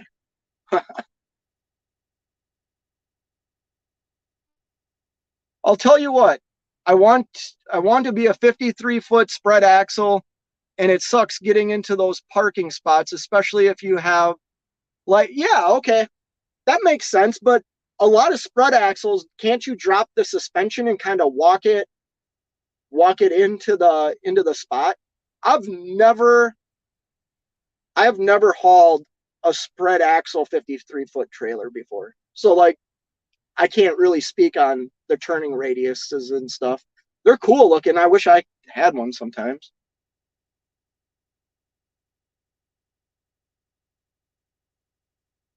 Velox says the revenue I make from YouTube doesn't add pressure. It literally, okay, okay, relieves the pressure from trucking. That's cool to know because, like I said, I know there's people that make like a lot of money on YouTube, and it's just gotta be a grind, man. Because I know how hard I do shit. Like I know how hard it is for me. And then I see the people that actually are using drone footage or like have the actual big good cameras, and it's like, my God, like it's another job. Just truck and set. Okay, here we go. It's a full-time job. Just be you and put out stuff you'd want to watch. So that's what I'm trying to. That's why I watch all the YouTube channels of trucking. Well, not all of them, but most of them because I enjoy watching them. So yeah, like I guess I'm imitating what I see. Uh-oh. Here we go. Now we got a heavy hitter. DIY semis in the house. Yeah, you're booing me. I get it. Haha, that's what I do when a shipper requires a mask. LOL. Okay. Yeah. I had it tied on my steering wheel or like the steering column. And then the first day I pulled the hat out because I was going to do a funny video of unveiling the hat I bought from Velox 18 because I wanted to support him. And I couldn't come up with anything funny that I didn't think was like, you know, not, I didn't want to be an a-hole. So I pulled that out and said, I'm not cool enough to have a hanky, but I can do this. The man, the legend, DIY. Yeah, he's all the above. What do they call him? The cyclopedia of trucking? Absolutely. Belloc says it's definitely a grind with little to no pressure. Okay, that's good to know. Because maybe I'm doing shit wrong then. Because I feel a little pressure sometimes. And it was kind of suggested to me to make like longer videos. So like that's hard too because I feel like I'm taking up people's time. Jackknife says, back in the day, I was making $250 a month just talking about my experience at Prime Inc., trucking in general until YouTube. Really? That's crazy. Yeah, I see a lot of Prime and a lot of mega fleet people have thousands of followers. You know, how many views does it take to get $1,000? The longer videos are awesome. Well, thank you, Velox. I know you don't watch them because we talk on the phone and I say something, you have no idea what I'm talking about. And here's the thing, you SOB, I watch your stuff. I comment. I told you the other day, every time I put your hat on, I feel like a superhero. Anyways, time is it? Yeah, like I said, I tried to check in this morning. They kicked me out and told me I couldn't check in until an hour before my appointment. Maybe the rates now, or rates, maybe the loads are back. Like I said, this morning at 6:55, there was 9 loads in this area. 100-mile radius. 200-mile radius, 19. Like, it's the first time that I've felt concerned. Like, holy crap. And here's the other thing, like, pre-booking. So I'm going to go home. My wife wants me home for I want to be home for a couple of days. We're going to go to the football game. I want to run up to my daughter's college and bring her out to dinner. So I'm going to leave on Tuesday. I'm already pre-booked until like the 19th of October. Like, I've already worked with the customers that I deal with, and I'm already pre-booked. So I think that's important. Uh, all the way through because it was, hold on. Man, Stop commenting. No, don't. Don't stop commenting. Bella, I watched the last one. Okay, good. You figure about 1 million views for a 28-day period is about $15,000 to $20,000, depending on how long the videos are. Holy crap, that much? 1 million views, though. How long does it take to get to a million views in 28 days? Dumb question. Like, your videos get 1 million freaking views? I should look. Oh, pull out my other phone. That's crazy, dude. I have seen, like, so one day I posted a video and Velox posted it like the same time. His video had like 2,000 views in 20 minutes and mine had like 6. And I just thought, well, there we go. Like, why am I doing this? All the way through because it was super interesting. Yeah, now you're just, I think you're messing with me, laughing at me.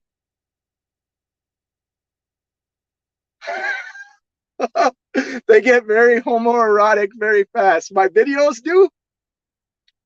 Maybe I should start. No, we're not going to go down that road. Yeah, right, Killians? That's crazy. That's crazy. But you know what? Like, yeah, that's crazy. Is it just trucking? If I drop a link, would you come in here? I have a question to ask you. It'd be kind of interesting. And Nick, I've asked you the same question. So maybe you're not driving. Would you like to come in, Nick? I like long lives. Great to listen to on the replay down the road. Okay, hot seat. I'm just talking right now because I got nothing better to do. I took a 7-hour break last night. I'm awake now. I deliver at 12:30 today. So I got plenty of time. I can still take a nap if I want to.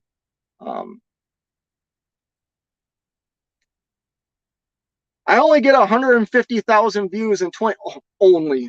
I only get 150,000 views. Yes!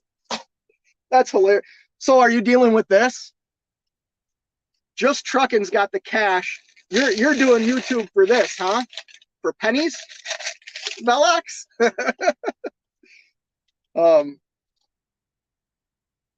I hope you know I'm messing with you, bro. I am absolutely messing with you. Stuart's in the house. What's up? What's going on with you, Stuart? How are you doing? I watched your video, like the go-kart racing. That stuff's pretty damn cool. How fast do those things go? Gus is in the house. Wow. What did I say, Gus? Must have done. That's still pretty darn good, Velox. Yes, it is. Yeah.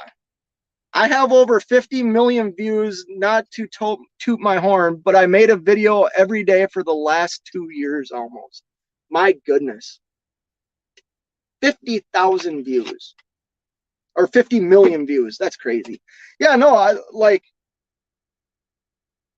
think about, I'm leased on to a guy that's I consider like a big YouTuber, right? And I love the videos that I learn something on. And then I watch videos for like entertainment value. Watch lives for entertainment value as well. Like when people go live, even though I might not agree with them all the time and I'm able to turn it off and do something else, it's definitely a good outlet for me.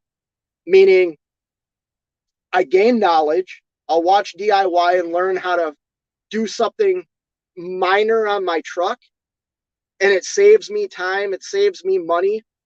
And then I'll watch or listen to people go live and watch stuff for entertainment or see if they're doing something. Like I said, I watch people and see if there's something I can incorporate, whether it's in YouTube, making videos, or in trucking. You know what I mean?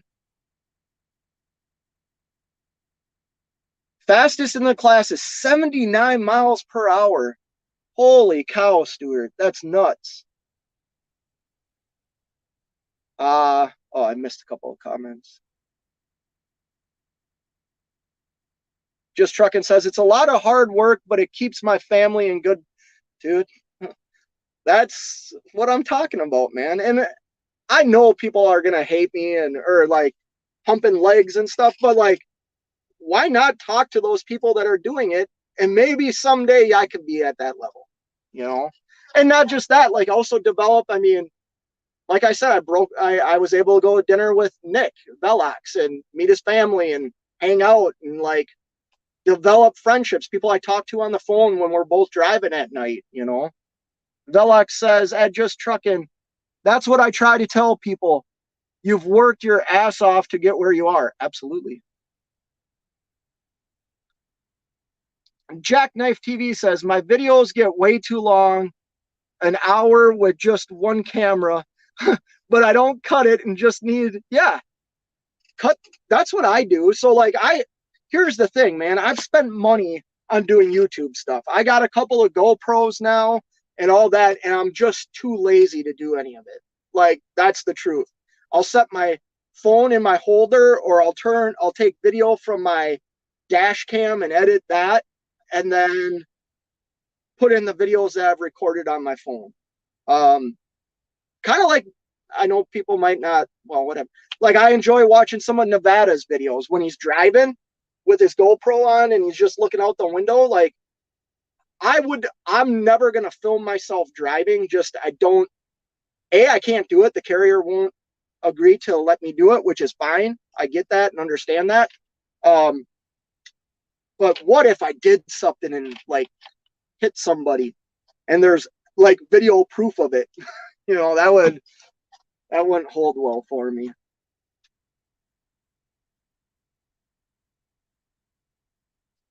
Gus says, wow, that's like 750,000.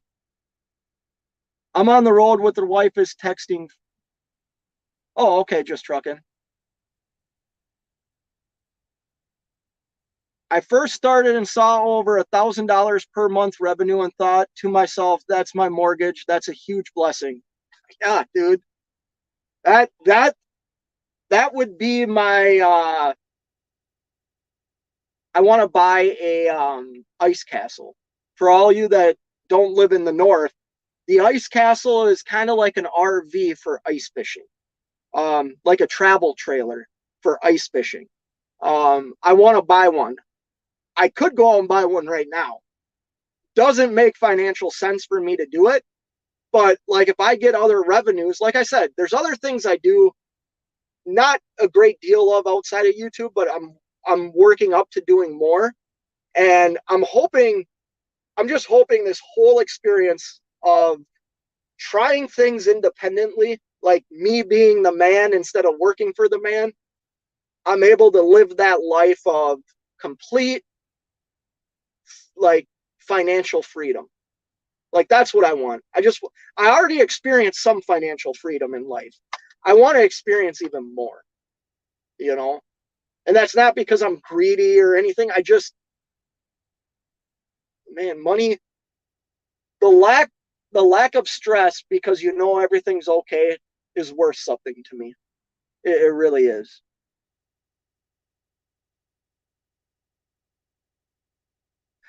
Gus FC says, hello, Fade. I was saying wow to how much you can make off of YouTube if you put the work in. Yeah, that's a lot of money.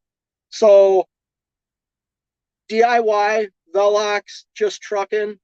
How do I do it? I'm on board. Yeah, it is a lot of money. I only get 6 to 10,000 lately. That's it.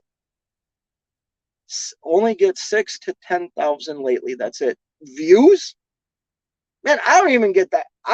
I'm happy when my videos hit like 500 views, to be honest. And I got a few now that like here's the thing. I've noticed the more time that I put into it and really think about the title and think about things, like the more views I'm getting. Like, that's what I'm realizing. And it's work, but so far it's like, it's paying off, I guess. Like, it's at least getting exposure, which I think once you get exposure, it can grow from there. Problem is, people don't see the work and behind the scenes to make work. Yeah, they don't. And I know what I do. That's the thing. I only know what I do. I don't know what anybody else does.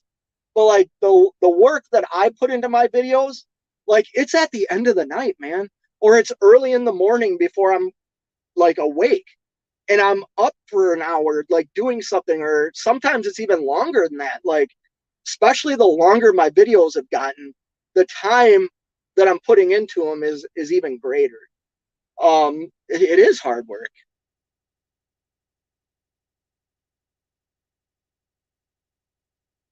Fresh touch DIY. We pulled. Oh no. Oh man. There we go. We got a fresh towel right here, DIY. I had to put it up to block the sun. Yeah. We got another one. We got a couple more in the back. That's what I was getting at. I want to create a fake trucking towel.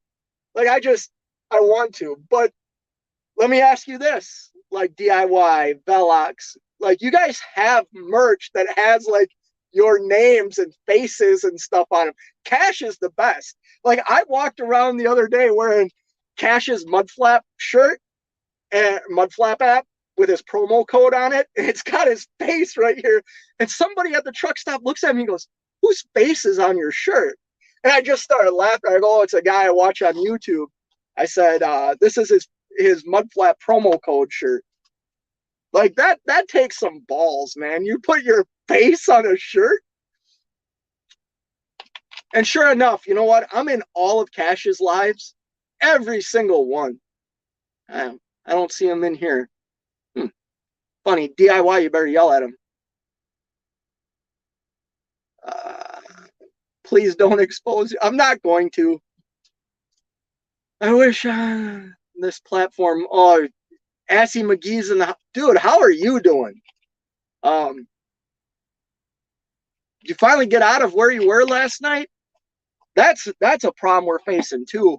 We should get on the horn about shippers and receivers and hold them more accountable. Uh,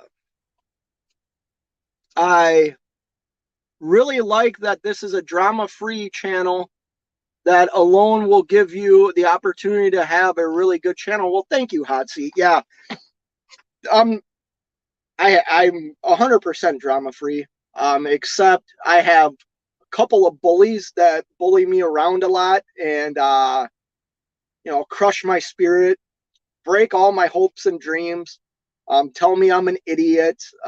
List goes on of the harassment and abuse I take. Um, but I look at that as they're just jealous. Like that's what it is. Jealousy breeds hate. So I'm gonna get so much crap for that. Money makes life easier. It might not necessarily buy happiness, but it sure as hell can fill help you fill others. Yeah, like I said, man, if people need to be happy with themselves, like and sometimes money does turn into like it's not gonna emotionally give you happiness, but it allows you to live a life less stressful and do things you might not have been able to do before, which then in turn brings a little happiness. Um,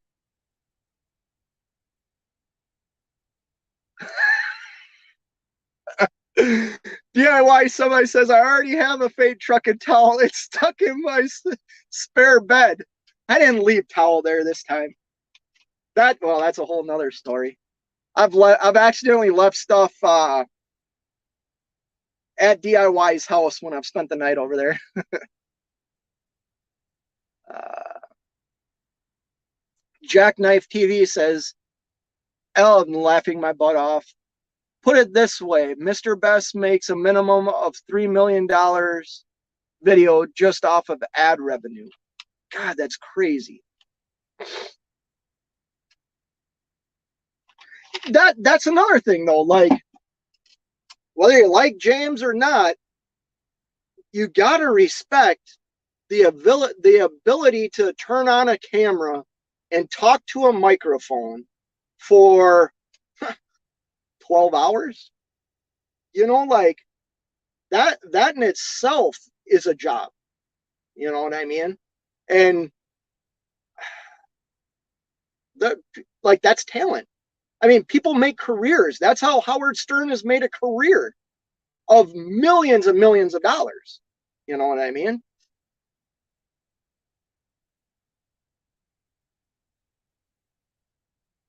Oh, I misspoke. Mr. Beast. Okay. I don't know who that is. Thanks for texting me, the person that just texted me. Because I said the name wrong. I'm reading off a glared screen. Here, maybe no. We move the towel. Towelly will stay right here. Um, People hate clickbait titles, but that's how you grow. But have some good content back it up. Yeah, I've noticed that just trucking, and I don't think I've ever put real clickbaity titles, but I know I'm starting to put titles. But then if you watch the whole video, the title makes sense. Um, I've tried. Yeah, I know what you're talking about.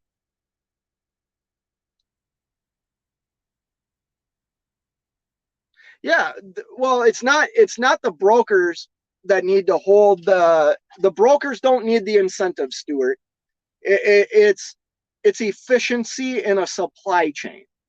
So I'm not saying what I'm saying is if we get like what I experienced the other day, I received almost $1,000, $997 for layover pay, detention, and out of route mileage, because I brought product to a cross dock. Um, am I grateful that they gave me that? I am. And it made that load very, very profitable.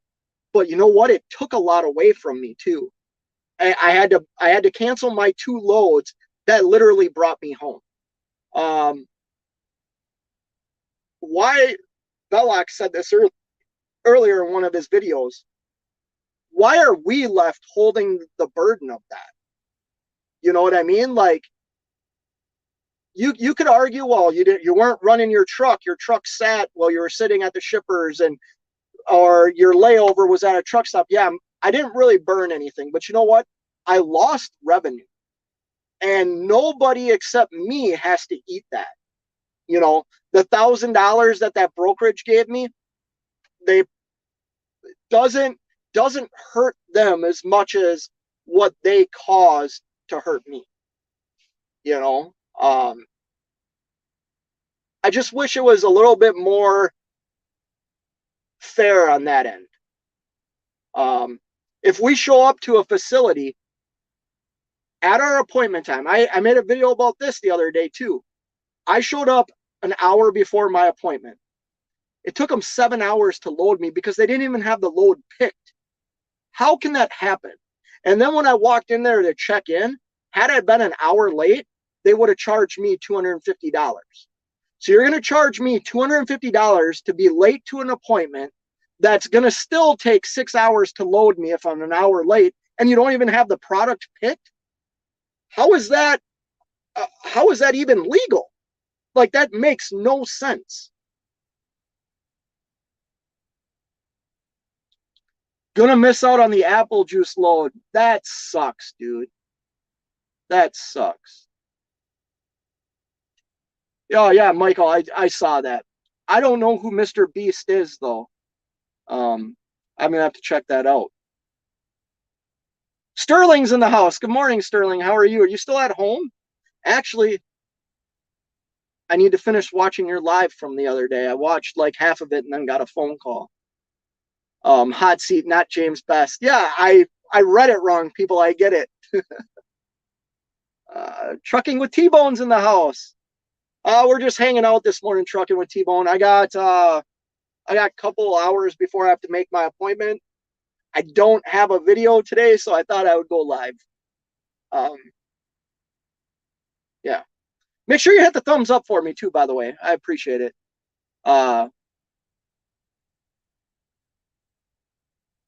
JT Trucking with T-Bone says JT King of YouTube trucker clickbait. Yeah. Clickbait works. I know the videos I put up saying I hit a Peterbilt got a pretty decent view jump. Yeah, it did. I changed the title, so I've started doing that too. I don't want to share my secrets.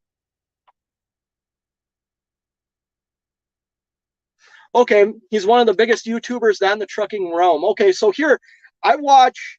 There's a guy I like to talk about. If you like, he's from Minnesota. His name's Maverick. His YouTube channel is Mav, M-A-V. I think he's got a couple million subscribers. It's a guy, young adult that live. I think he's like 25, but he's from my hometown. Um, he lives in his truck, like, and he goes on these amazing road trips, goes and fishes in places. Like, he's an outdoors guy. Very good channel. And he in the truck, there's another guy that lives in northern Minnesota. He lives off grid. It's called Kyle's Cabins. Those are the two like bigger channels that I watch on YouTube that are not related to trucking at all. Yeah, they're good channels.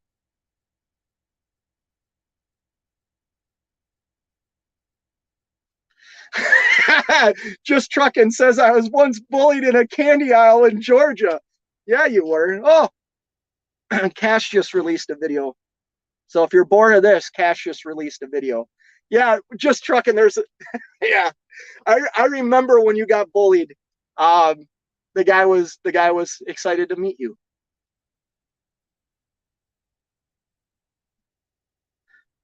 I tell you what, Just Trucking, that's one way to shut down the haters. Most of those guys probably aren't making 15 to 20K a month in their own trucking business. Facts. And I'm not trying to, like, yeah, you're probably right, Jackknife. Stuart, Steve's in the house. Steve's saying hi to people.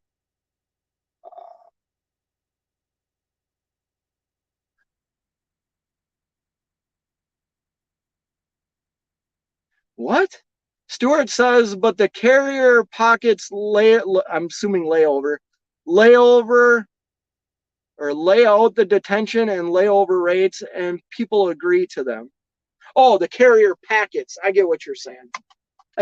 Yeah, because see, that Stewart, the broker, you're agreeing to haul a load through the third party, the broker. So you're agreeing to that, which that's kind of what they've told their customers is going to happen. That's what needs to change. You know, and I'll say this. The broker that I just hauled that load for, that was an absolute nightmare. I would haul a load for them again because they took care of the problem, meaning they took care of me. It took a while. Like, I was concerned they weren't going to, but in the end they did. And that shows me that, hey, with a little bit of respect that I should get out here on the road, they at least gave it to me. Was it what I wanted? No, it wasn't exactly what I wanted, but it was better than nothing.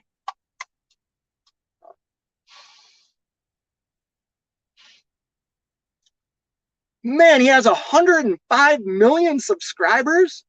I'm gonna have to check what's his videos about. I'm gonna have to check that out. Maybe I'm missing out on something here. Shannon says, Sterling, I missed your live, fell asleep, was exhausted yesterday. I went back and looked for it, but didn't see it at 4 a.m. Huh. So that means I can't go back and watch it. Sterling says, or T-Bone saying, what up to Sterling? Trucking with T-Bone. Hopefully nobody's peed on your truck in a while. I'm never going to let that down, T-Bone. Sterling says, the trucking industry will never change because it's full of idiots and people that love their jobs. For every 10-hour delay, there's a trucker that will wait 20 hours happily. I don't think any trucker is going to wait 20 hours happily. And I do agree that the industry is full of incompetence, but I wouldn't do a job that I don't love. You know what I mean? And I'm certainly not an idiot. but I like my job. You know what I mean? I've been doing it my entire adult life. I hate aspects of it. It's a love-hate relationship. Absolutely. Um, yeah, I don't understand why the 10-hour delays happen, and I'm certainly not happy when I sit 20 hours. I also think though, like, what am I capable of doing in that those hours? Like, I got freight on my trailer. I'm stuck, and that's what I don't like about the industry, Sterling. Is I'm held hostage. Like, I can't think of anybody else that forces that upon a worker. Velox says at Stewart, that's the thing. You can book a load without agreeing to terrible. Yeah. I don't know how to do that though. I always ask about detention. I always ask about layover pay. Uh, and then I try and figure stuff out when stuff unexpected happens. Like, one receiver makes you miss 2 appointments, and how am I going to be compensated, and what's fair for me, you know?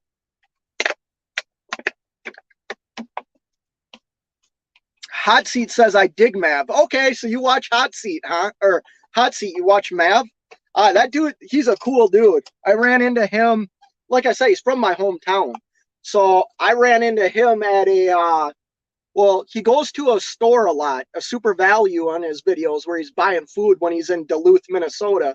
And I was in there one day. I went up to visit my mom and dad. They live north of Duluth.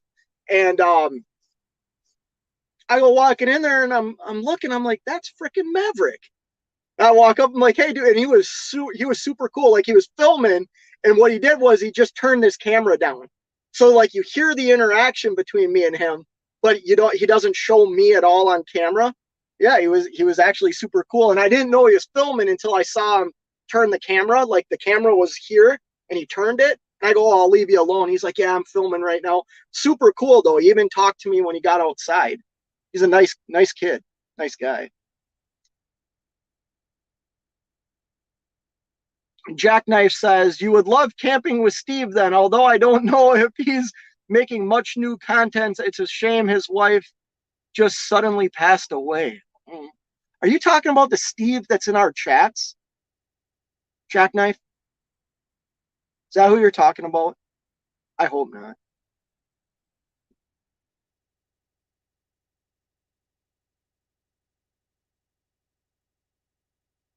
Sterling says, my live last night was crap. Nobody should watch it. We should. Why not?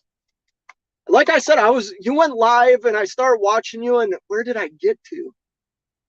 I think I went to bed. I did something, and I went back. I should go back and watch it. That's what I was saying. I need to go back and watch it, Sterling. Jackknife. It was fine, Sterling. You're telling how it is. Yeah, Sterling, if you're telling the truth about your experience or your life, like, leave that stuff up, man. Because here's the other thing, Sterling. You do a lot of cool stuff that I don't see now. Like I just said, people are naming YouTubers that I don't know that obviously have like millions of followers or subscribers. But like, you do stuff not only in trucking, but like your videos of you on your motorcycle up on those roads in California, like, you do stuff that's really, really cool. Like, honestly, you do. I enjoy it. Shannon saying hi to T-Bone. I was jocking Jackknife. Just timed it wrong for audience attendance. Okay. Fate, you rubbed some good luck off on me. I just got a call to a local ice skating arena to replace some pumps. Sweet, dude. Ice arena, huh? So you must work. Do you work on all the cooling mechanisms? Um, Ice rinks are awesome. Obviously, I love hockey. I grew up where I played high school hockey was an arena that the ice was like, the arena wasn't that cold, but it was colder than some, but the ice was always hard. I'm gonna get made fun of. The ice was always hard. if you play hockey, you want ice to be hard because you're faster. The puck moves faster. Think of like playing football on grass versus turf. You know, you're going to get more injuries on turf, but it's faster. It's just like baseball on turf. Everything's faster, and the ice that we played our high school games on was really good ice. Trucking with T-Bone says, yet when it comes to detention layovers, some brokers put it off saying they're checking with the shippers sometimes for days or weeks. Our agreement is with the broker, not the shipper. T-Bone, that just happened to me the other day. Well, probably a week ago now. I had earned like 4 or 5 hours of detention time, and the broker's like, well, we can't get a detention's not approved for like 5 days. We have to send it to the shipper. I go, what do you mean you have to send it to the shipper? Like, my Raycon says I get detention after sitting here 2 hours. I had 5 hours of detention. Yeah, I didn't get a revised Raycon until, well, it was this week. I got a revised Raycon like on Wednesday.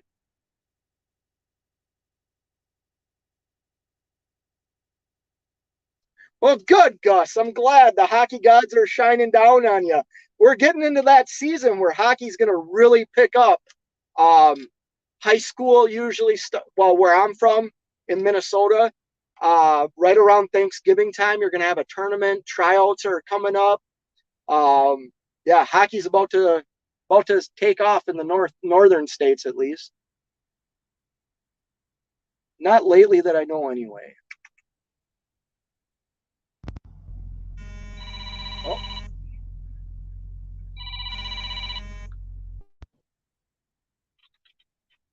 Must not know I'm live. uh, Shannon says it's a love-hate relationship. Trucking is, yeah. Hey, I've expressed that, man. I know I've missed a lot of things, and I always haven't been an over-the-road truck driver. I was a local guy for a while, and I've shared, like, when I go home now, I spend more time with my family now than I did when I was a local driver, because I would be gone from my house for like 16 hours a day, come home, eat, go to bed. At least now when I come home for stretches of time, like, I'm there, I'm present, I'm not always tired. Wow,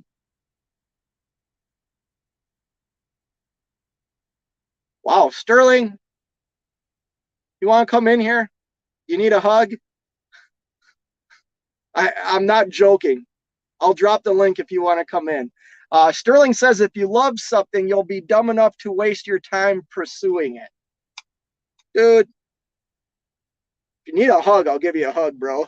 I love my wife and kids. I don't consider I'm wasting my time doing that. And I certainly don't think what I'm doing right now is wasting my time. It's given me a life of, trucking has provided everything I have in my adult life. Was there sacrifice? Absolutely. But just like with the people I love, my relationships, I've sacrificed things in those relationships due to love, due to caring, compassion. I'll give you a hug. Let me know if you want to come in.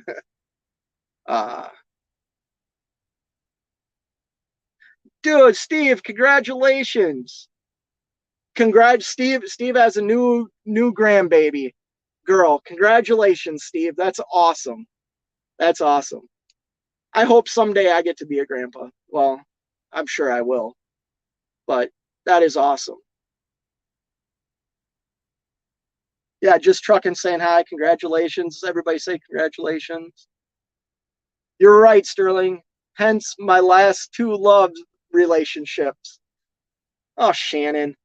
Don't be jaded, people. Trust me, I've been there.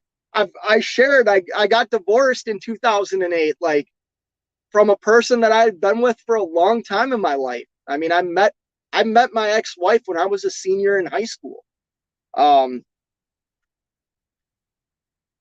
Sucks, but don't be jaded, because then you'll miss out on an opportunity. Once again, speaking from experience, You know, I look at my life, my relationship now. Like I have the most loving wife. I don't deserve what I have. Like I really, really don't. I don't deserve what I have in my life. But yet it's there. Whether it's my wife and daughters, like I don't deserve it, but they're there and they love me. And for a long time, I was very jaded towards the opposite sex because of my past relationship, my ending of my marriage. I was very jaded. It wasn't until I just let that go and realized not everybody, and I'm not blaming my ex-wife, like there was things that happened mutually, but like not everybody's out to hurt you. And once I learned that, that led me to where I am today. And man, my wife is, next to my mother, the most incredible woman that I know, without a doubt. And I say next to my mother because I think my mother is a saint. You know, my mom's like a big Christian lady, and I think like God gave her a halo or something because she's she's amazing. But my wife is right there. You don't have to agree to the terrible detention rates. Yes, this market makes it hard, but unfortunately the carrier agrees to these shitty rates. Yeah. Well, rates are different than detention. You get a great rate on a load and their detention's crap. I mean, I don't know. This is probably going to sound wrong. I guess I'm looking at it from the aspect of what I know I can generate when the truck's moving. But if you sit somewhere, so like when I have long detention times, I cook in my truck, I take a nap. Now, granted, I run reefer freight, so like my hours are very strange. It's not always bad, and I'm making anywhere from $30 to $45 an hour sleeping. Like, it's just sometimes like what happened to me in this past week really screws me for what I was trying to accomplish.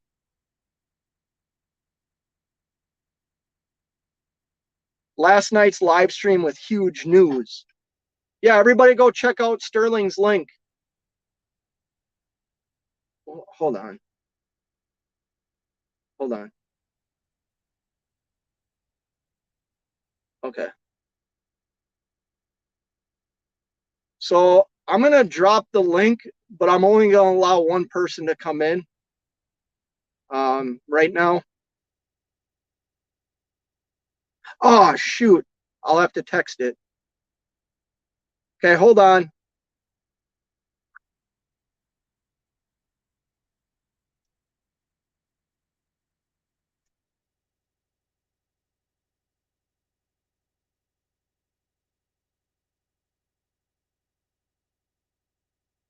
And that's weird. We might be joined by a special guest.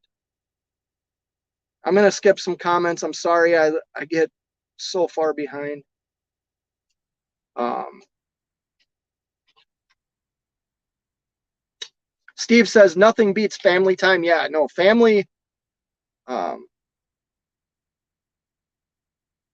okay, good, Steve. Um, yeah, family time's important. You know, we miss it a lot. Todd's in the house. A Mac. You talking about the truck I drive? Yeah, I drive a Mack truck. Um, it's a 2015 CXU 613. Um, I bought it January of 2020 for $38,000. Same truck now, like almost $60,000.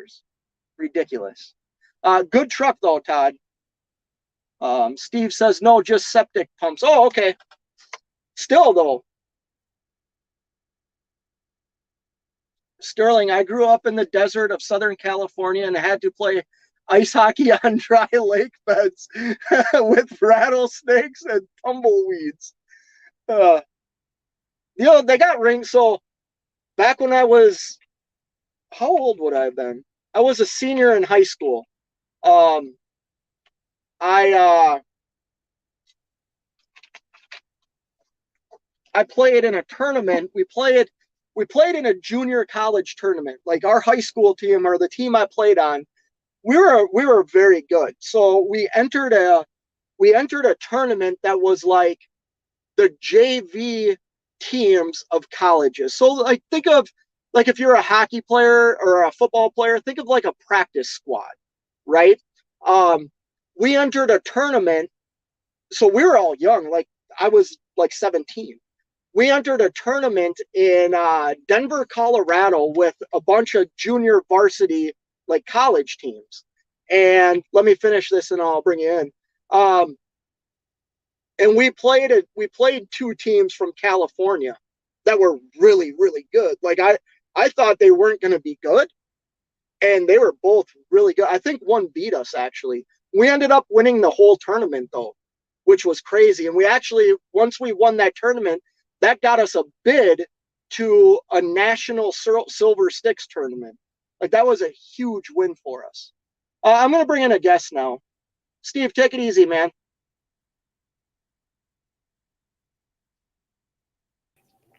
Oh, caught me mid-chew. Oh, that's all right. I'm chewing right now. I know it's different, but how's it going? I am extremely well. Yeah. Do you need a hug? No. I love hugs, so it's cool. I'm always that trucker at the truck stop that gives long, inappropriate hugs. Couldn't be any more inappropriate than when I was sitting at the urinal and DIY Semi came up to me and put his arm around me and as loud as he could said, "Are we going to take a shower together tonight?" Yeah, I would be that guy. Yeah. But here's the joke on him is I would have turned around before he grabbed me. What's going on with you? So horrific catastrophe and good times otherwise. Uh-oh. I sit before you out of business. But I wanted to get back to that comment about, the trucking industry preys on us that are either stupid or in love. And the reason I say that is because we come into an industry where there's so much recruiting, there's so much power behind, look at this new shiny truck. You can own this. This can make your life. You could be successful beyond your wildest imaginations. You can make really good money. And there's a lot of truth to that. But there's a bigger power in the trucking industry, and that is to lure you into something so shiny and so pretty. It's, people complain about clickbait in YouTube. The clickbait is everywhere. Clickbait is life. And they want you to drive that new truck. And here's a refrigerator. Here's satellite TV. Here's all sorts of stuff. And I said in that comment earlier, I can't pull it up here. For every driver that complains about a 10-hour detention or crappy rates or anything like that, there's 100 drivers that'll wait 11 hours and not cry. There's 100 drivers that'll wait 15 hours and not cry, not complain. And there's people that don't know how to complain, and which I'll chalk up to, maybe they're dumb, language barrier, inexperienced. So we're in a job that's considered a half job. It's hard, it's annoying, it's lame, and it's frustrating. And those of us that are successful in it know how to navigate that and not let it get to us. So when I say it preys on our love for the industry, that's what I'm saying. And Shannon was saying earlier that it is a love-hate relationship. Years ago, Dad told me that exact thing when he was working for UPS. He was a feeder driver for 42 years, Scott. Union. You know how good his retirement was. I'm the last of 6. Mom didn't have to work. The entire career at UPS, I had a mom in the house. But Dad would tell me when he'd get ready for work, he always worked nights, and he'd always say, this is the greatest job you could possibly find, but you will love and hate it. I fully agree with everything you just said. I actually touched on a lot of what you just said in the beginning of this live. When I didn't use the same terminology because I'm not as wise, I guess, as you are when it comes to the predatory aspect of this industry. But because it does exist, I talked about if you have 3 months, 6 months experience, there's companies that are telling you to buy a truck that is as much as some houses in this country. Absolutely, with no real experience. Oh Like yeah. that is a very dangerous thing to do. Um, But with experience, you'll realize that the industry has always been like that, and to just kind of accept it, learn, and adapt. Nobody, back in World War II, nobody stormed the beach of Normandy without love in their heart. They had love for country. They had love for, who they left, family and friends, and they were on a mission because of love. And when I tell people to be careful about what you love and how you love something, are you willing to die for it? And that's how I look at the trucking industry. And that's why the last 2 years I swung for the fences, Scott. I I heard you. paid cash for that truck, did everything within my abilities to get my company back and rolling again. And as of yesterday, I am out of business. I didn't know that. I knew. So, like I said, when you went live, I heard you say,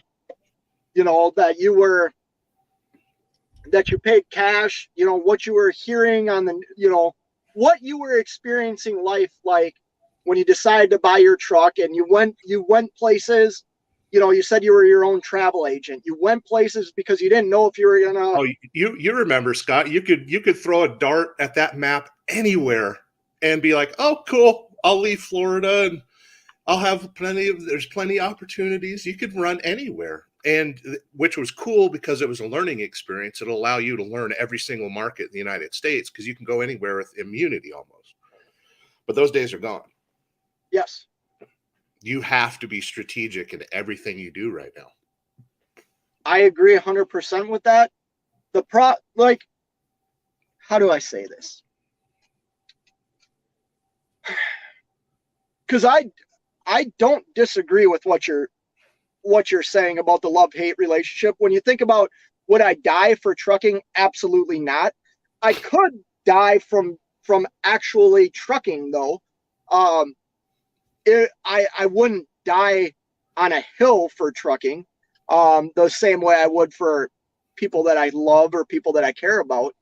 But I do look at what trucking has provided me in my life. I mean, I my house, the house I raised my kids in, like everything that I have comes from an industry that at times I absolutely despise and actually think like, what am I doing? Why am I doing this? But then I remember everything I have, and it came from an industry that at times I love it, at times I hate it. I love driving my truck. I love going and making deliveries. Like that's something I actually enjoy. It's all the other BS that's involved in it that I don't like.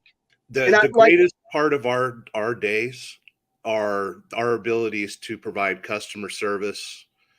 Do you know the effort it takes to back a trailer straight into a dock and not hit hundreds of thousands of dollars in equipment and shrubbery and poles? And at the end of the day, we are very, very proud of what we do. But then I ran into a situation a couple weeks ago. I had to move 3 other drivers' trucks because each one was taking 35 minutes to dock. And I was told to get to a dock as soon as possible so I can get unloaded. Do I walk back into the shipping receiving office and say, hey, there's 3 other drivers here taking 30 minutes. It might be an hour or two before I even move my truck 75 feet. So I knock on the door and I parked their trucks for them. Look at the liability I just put myself into. yeah, All it would have taken is I wake up their pit bull that's sleeping in the sleeper and get it snapped. I accidentally side slip the clutch and throw the transmission out the ground. Look at all the liability I put myself into just in order to do my job better. And I'm constantly surrounded by it. And sure, I had a proud moment of, look, I I finally got to drive a Volvo. I've never driven one before. I drove 175 feet so I could dock the damn thing. But there's a huge liability involved, and that could end my career. Yeah, I yeah, I agree. It's just like driving. I'm going to use terminology that I learned from like a truck driving safety course that I used to have to take. It was Smith driving system. Be careful. That is very trademarked, so don't say it again. Okay, well, Yeah. they always told you to like watch out for the sniper, right? That was the Yes. car that like doesn't see you, but you see them, and they're gonna pull out in front of you. Like, yes, the liability one decision not made by the guy behind the wheel can change the whole direct. Like, that would put me out of business. That would probably put the carrier that I work for out of business. So the liability is huge. Old school, new school has a comment here. I don't think you. I I don't think it's are you willing to die for something. I think is it are you more willing to kill for it. I'm not going to Right. kill for trucking. And that's, that's a mindset right there. That's a great question by Velox. What are you going to do if you're not trucking? If the economy is hurting, trucking is hurting, all other or other industries too. Where can we go to make a better living? What I'm doing right now, even though, I'm selling my truck, I stopped the company. This is the last month for me. I teamed up with an old friend that owns a trucking company. He has 30 trucks. He's a FedEx ground contractor. He has stability. He's been in business since 2013. Money's good. He's a good friend. I know he's not lying to me. He drives a nice car. His employees are taken care of with full medical benefits. I think I'm going to land on my feet, but I'm fully aware that the industry and the everything around us right now seems to be circling the drain. Instead of quitting and later down the road where I'm absolutely can't recover from it, I'm doing it now where I can sell a truck that doesn't have issues, get into a job where I make 90 to 100 grand a year with benefits, and I don't have to worry about the fuel bill that I just paid, uh, almost $3,000. Yeah. You know, Yeah, I know like I understand where you're coming from. I'm just not there yet. Like, but here's the thing, and I know, Adam might be in the background screaming and yelling at me, but I managed myself right. Every step I took, I managed myself to this failure. And you'll see in my live stream last night, it's not complete failure, it's failure complete. This is not the first time I failed in trucking. Not by This is a learning experience, right? It's a time stamp that said, okay, I made it 2 years. This is how much revenue I made. This is how much money I spent.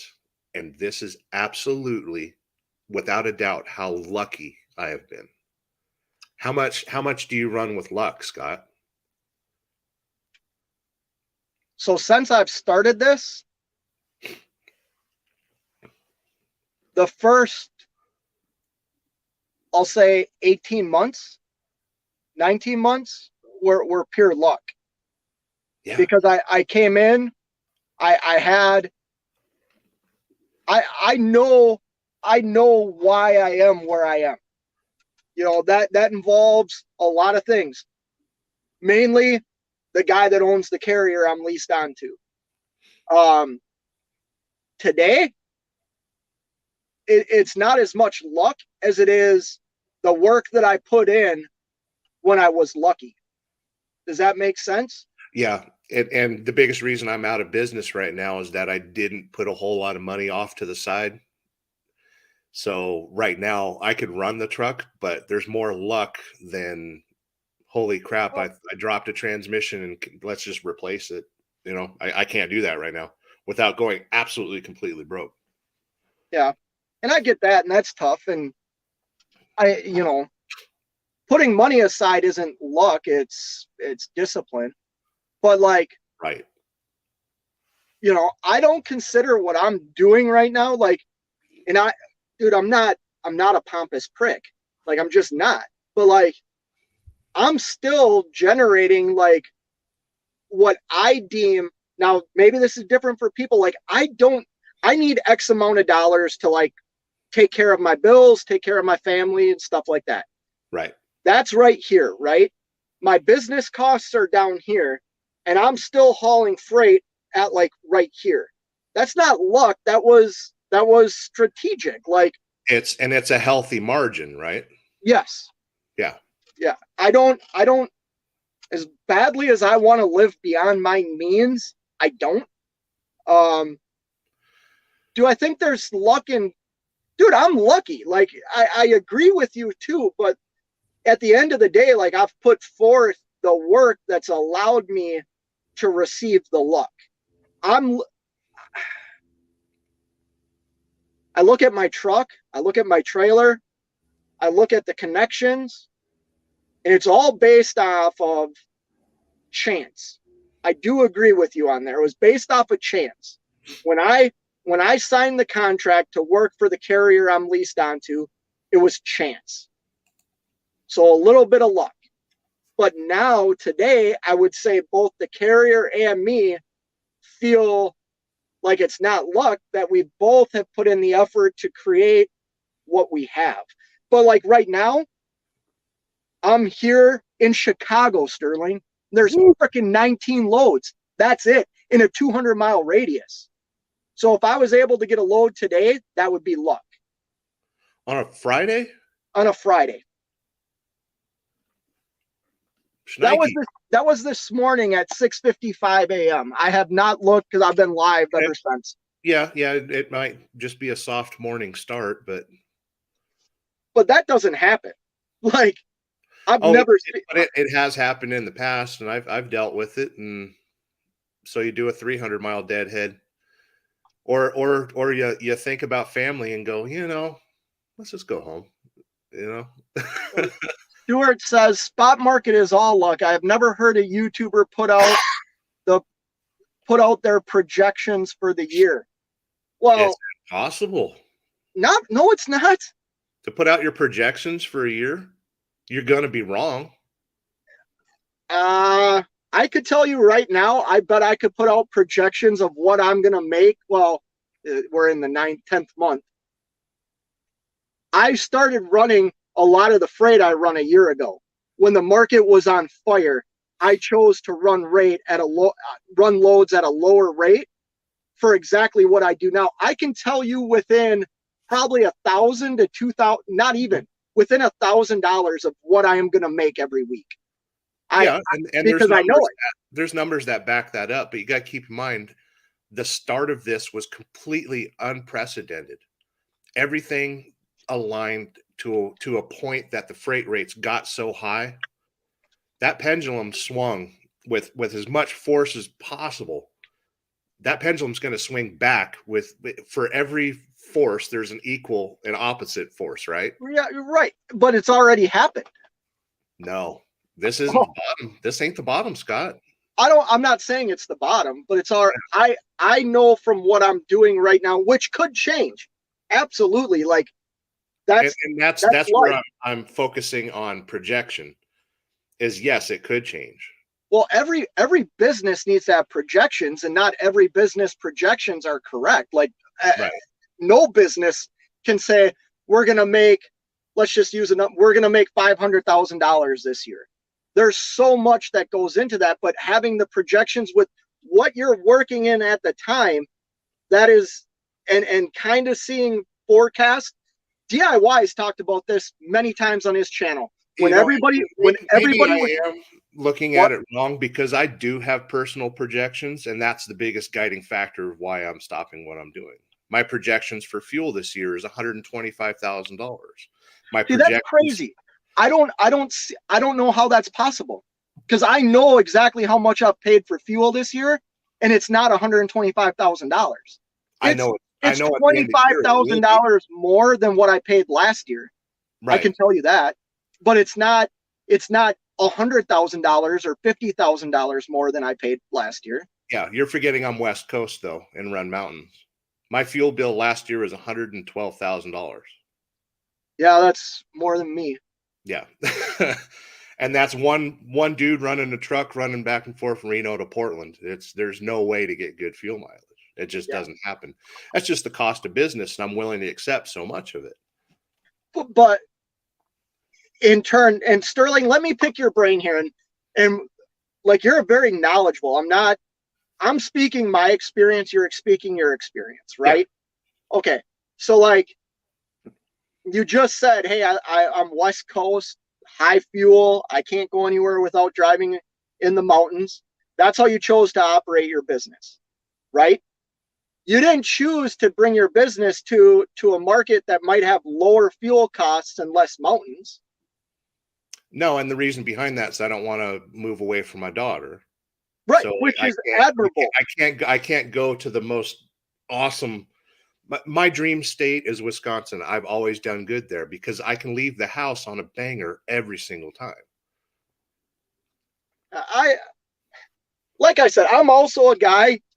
Maybe I'm naive. I don't have enough like ego to think that I could be wrong. Like I know that I'm just looking at my experience and what I do and understand that right now I have a lot of consistency, and I've had a lot of consistency for a very long time. And I look at the freight that I'm hauling from, the customers I'm hauling from, who like right now have not slashed the rates. And I think part of that is when we could have got when I could have got $6 a mile, I chose to take four to build that relationship. Yeah. And now that $4 a mile isn't there anymore. It's gone down a little bit, but what they're offering still makes me, for lack of a better term, like a rich man, and not money, like not just money, like Well, it's not rich, it's stability. prosperous. Yeah, that's even the wrong. Like, I'm not trying to say like I'm happy. I'm still happy owning this truck, having to spend tens of thousands of dollars on it, on repairs, on fuel, than working for somebody else. Yeah. Like, and it goes back to me being able to say I'm going to the Vikings game tomorrow. I'm gonna deadhead from Chicago home if I choose to. I get to go to my daughter's softball game tomorrow. Yeah, that's huge. See, okay, I envy that, Sterling. Like, that's the truth. Like, this is where we get into the love-hate relationship. I missed my entire daughter's senior year of high school and softball. I made it to one tournament. I regret, like, if I'm honest, I regret it. Like, but I did. The reason I did it was, as a family, what our goals were when I started this have not been achieved yet.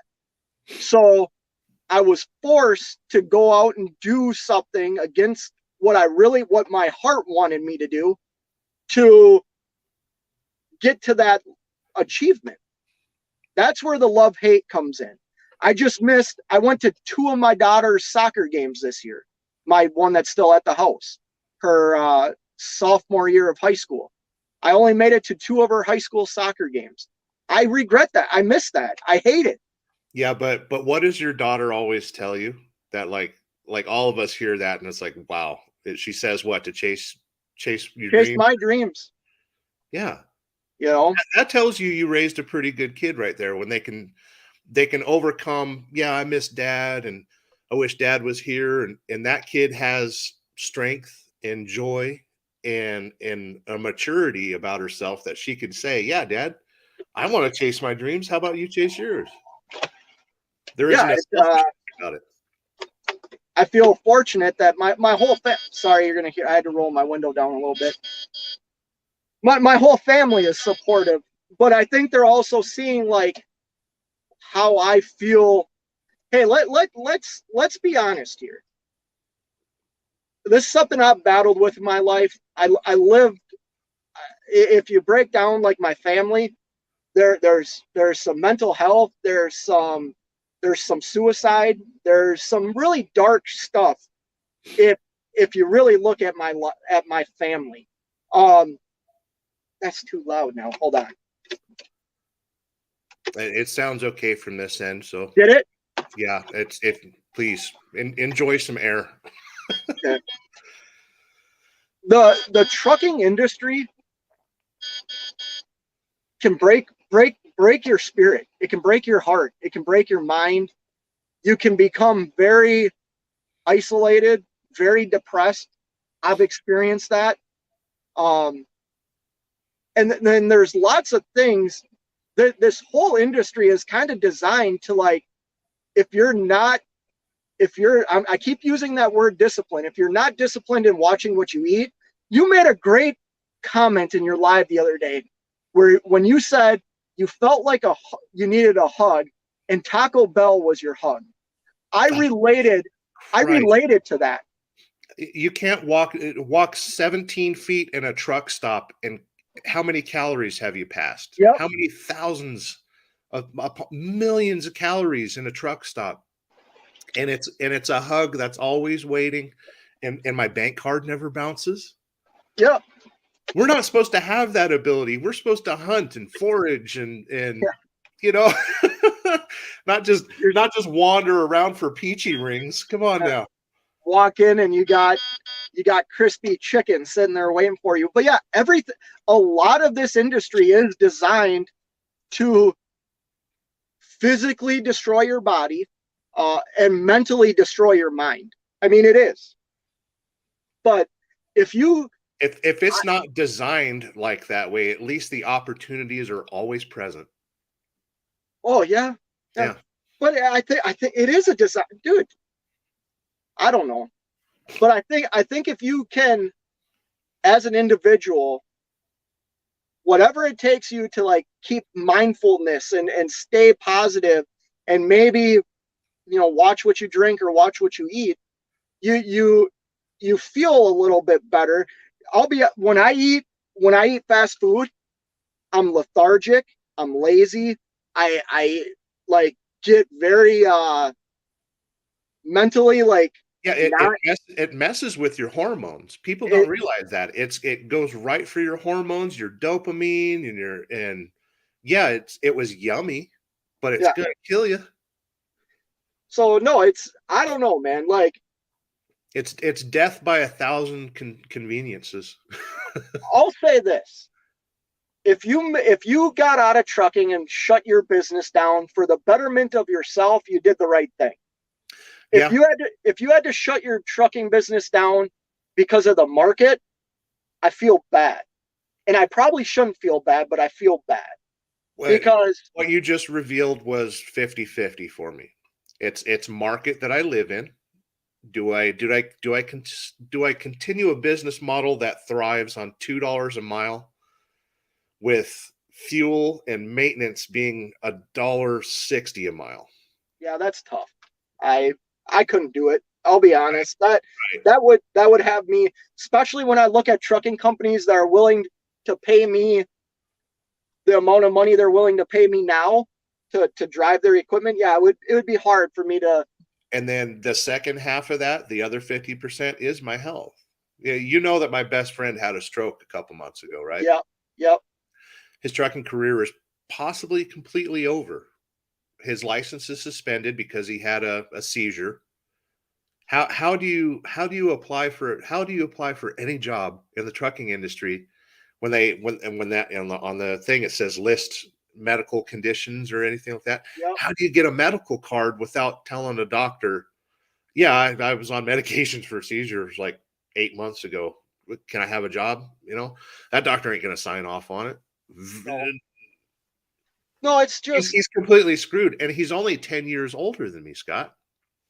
So how long do I continue gummy bears and Coca-Cola over here before the brain says stop, before the mind does?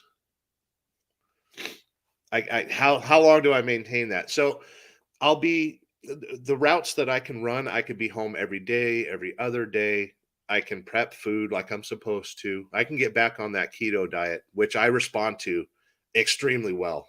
And that's what I'm doing. I want my health and I want my sanity. Yeah, you said obviously the military guy's got to put that up. Don't tell anyone, but that's in the plans today. The No, the rifle that I just built, Scott, I'm good out to 1,200 yards right now. I can hit an 8-inch plate at 1,200 yards. so I know nothing about guns. I don't know if that's good or bad. Yeah, Like, don't, because that's probably most of the reason why I'm unemployed right now is the price of ammo and guns. It's so restrictive. hey, I am actually gonna have to end this. I got the broker texting me right now, and I don't want Yeah, them take to. care of business and let the Yeah, kids know that I had a very hefty live last night, and they should probably check it out. And drop the you get to drop the see link Red again. Lady. You get to see Red Lady for once. So, Drop the link again in the chat here, real quick. Are oh, you able to do that? I can do it on my phone real quick. Here, I'll see if I can text this broker. Hold on. I want that shirt you got.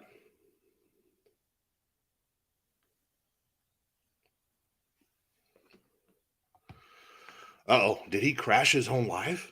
No, I'm still here. Can you hear me? we see a we see a giant finger. You've censored yourself, Scott. Okay. Yes, Yeah. I was.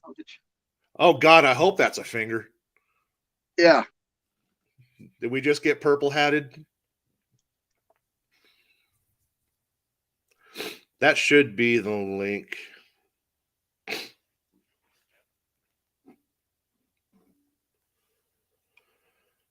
But good to see you got some royalty in here. You got Just Trucking. I seen Velox. We got Stewart. Yeah, Steve Wildman in the house. there we go. I'm back. Sorry, people. I'll share this. I'm actually hauling a TQL load right now. I That never heard of them. What yeah, do they do? I wonder if they've changed their protocol. Um, I'm not receiving phone calls from them. I'm not. I'm not receiving. You know how they'll call you every couple hours and say, "Oh, what's your reefer at?" The check calls. I'm not getting any of those. All I'm getting. Are you using the app? I'm using their app, so I'm running their tracking. Yeah. Once or twice a day, I'll get an email from or a text from the broker that just says, "Hey, everything good? Can you just give me an update?" Yeah, everything's good, man. Like I don't know if they've changed their. No, that's we were talking about luck earlier. You found yourself a good TQL agent. Yeah, I don't know. I don't haul a lot of TQL freight. I am because they had a load right in the area I was in. Um, but yeah, getting to back to what we were saying, I understand. I understand like the mental draw or the mental, what's the word? Like breakdown in trucking. Like I've experienced it, and sometimes taking a step back and doing not only what's right for our bodies and our health and our mind and our family, our loved ones, like that's the right thing to do. The thing that bothers me or the thing that I wish didn't happen to any of us because I have empathy, which I'm told by people not to have empathy. Like I don't like the fact that the market forces people out because how am I still here? And I'm not saying that I'm not maybe it is the naiveness or whatever. But Like the key is to have the strength to how am overcome I still that. here? What? You got to have the strength to overcome that, though, and it's just the competition of it's capitalism. The business are supposed to fail, people are supposed to fail. That's the system.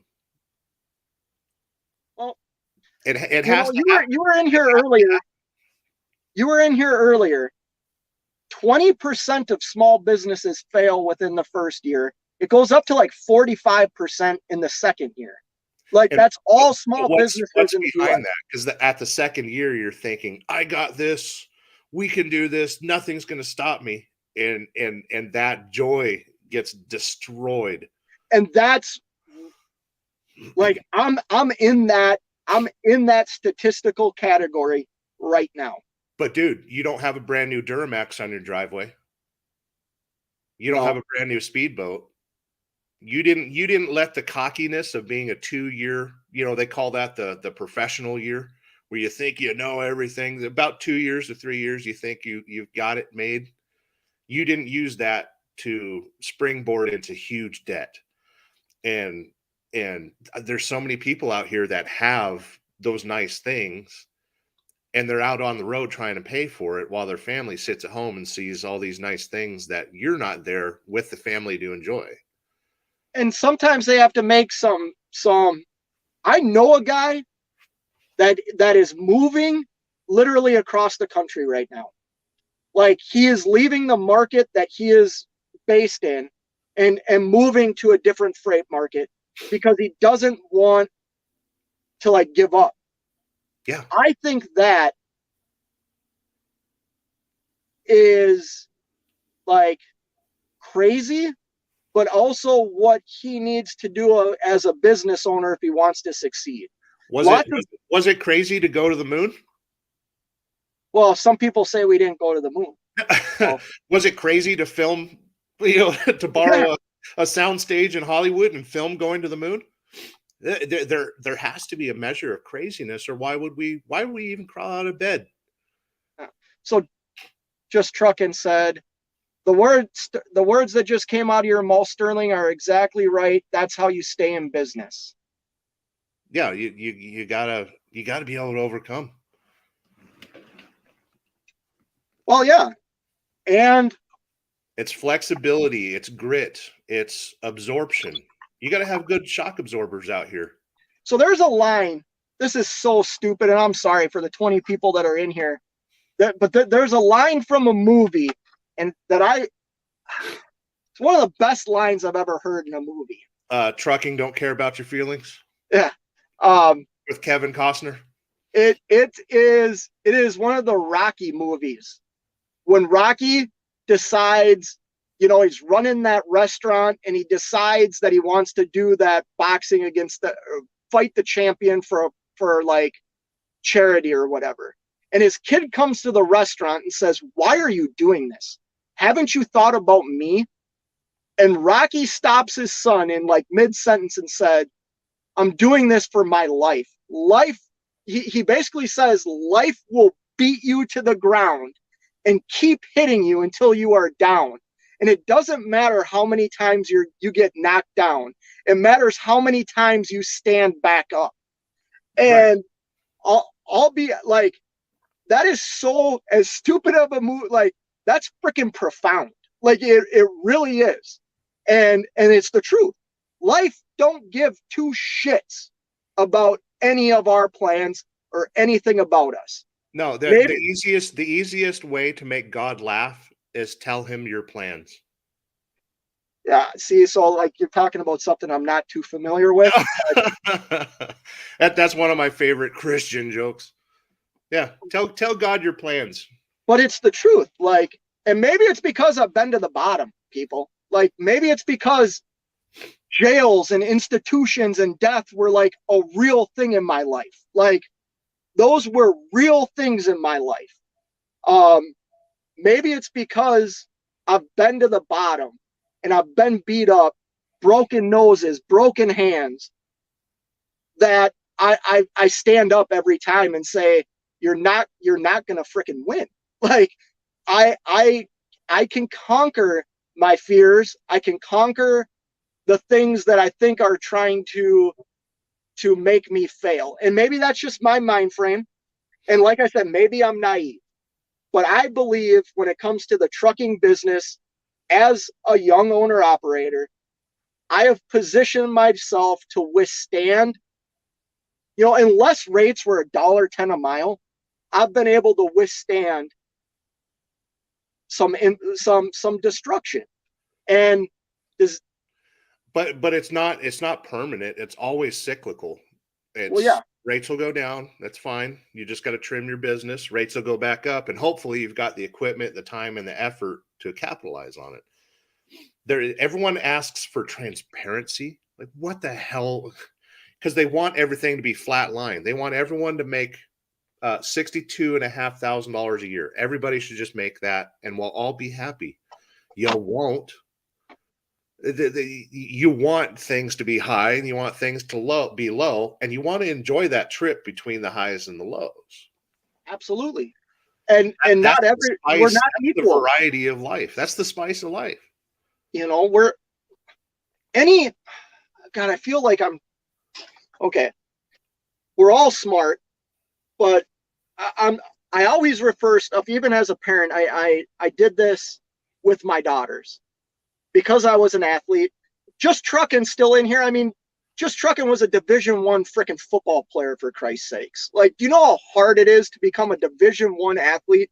I thought I was a Division I athlete and realized very quickly, holy shit, I'm not. Like, if he's still in here, he can say this. He's asking for a link. What? He's asking for a link. If you want to push this to 4 hours, let's do it. Can you leave comments? No, I can see the comments. I can't click on them and highlight them, but I can see them. What I'm going to have to do here, because I can't leave a comment on my StreamYard, I'm going to have to switch to YouTube, so hopefully I don't lose this. I will try and drop a link, but let me get this out real quick. You do that, and I'll read some comments. Well, hold on. Like, we're not all equal. And as an athlete, you realize that very quickly. Sometimes you go up against teams or you got another player on your team that you are competing against. We all don't get trophies, but do you show up to the game even though you think that team is better than you and is going to maybe beat you? There was a team that we used to play in high school hockey all the time that beat us every year, except my senior year of high school. We demolished them. But you know what? We all freaking showed up. We all thought we were going to get beat again. And you know what? We freaking rose to the occasion and conquered the best team in the state, arguably one of the best teams in the country. And we beat them. We didn't throw in the towel. We didn't blame anybody else every time they beat us. It wasn't all that good recruiting. Scott, when you guys beat them, did it stop you guys? And you're like, okay, let's analyze, how did we win? What went wrong? What did they do wrong? I mean, was that a teachable moment? Absolutely. Hey, let me try this real quick. Read comments. Let me try this. All right. Assy McGee's in the house. You just got to get pucks in deep. Just Trucking was asking for a link with both feets in the house. Yo Mac and Cheese and other scallywags. Killian's in the house. Rates are temporary. The debt you acquired while the rates were through the roof is now all yours to handle on your own. It's true. Wheelburner Express, he's got a pretty cool show. Adapt, overcome, and improvise. Hot Seats saying Sterling's got wisdom. It's more experience than anything else. Killian's Trucking saying exactly. Did you get it handled, Scott? Trucking with T-Bone. He had Can you hear me? Yeah, we're good. Trucking with T-Bone. He had somebody whiz on his truck like a month ago. It was so weird. Just got a call from TQL at 1 a.m. in the morning the other night. Blew up my phone the entire time, even with tracking. TQL is I when that happens, I'll write him an email and just say, at this time. Can you hear me? I can hear you. I see your mute sign. You can hear me? Yes. I can't hear you. Oh, maybe I just talked for like 5 minutes for no reason whatsoever. I can bounce out if you want to reset. Damn it. Well, poo. Try this. What's up, guys? There's Justin. Hey, can you guys hear me? Can you hear me? I can hear you fine. I can't hear you. I can hear Sterling. Yeah, I can hear Justin. The wife's getting Taco Bell. Oh, she's getting a Tex-Mex hug. If you can hear me, I'm gonna end this and I'm gonna start another one. Have DIY go live. I'm gonna email you, Sterling, and then I'll put the link in the next one, and JT can join. Good times. Sure. I can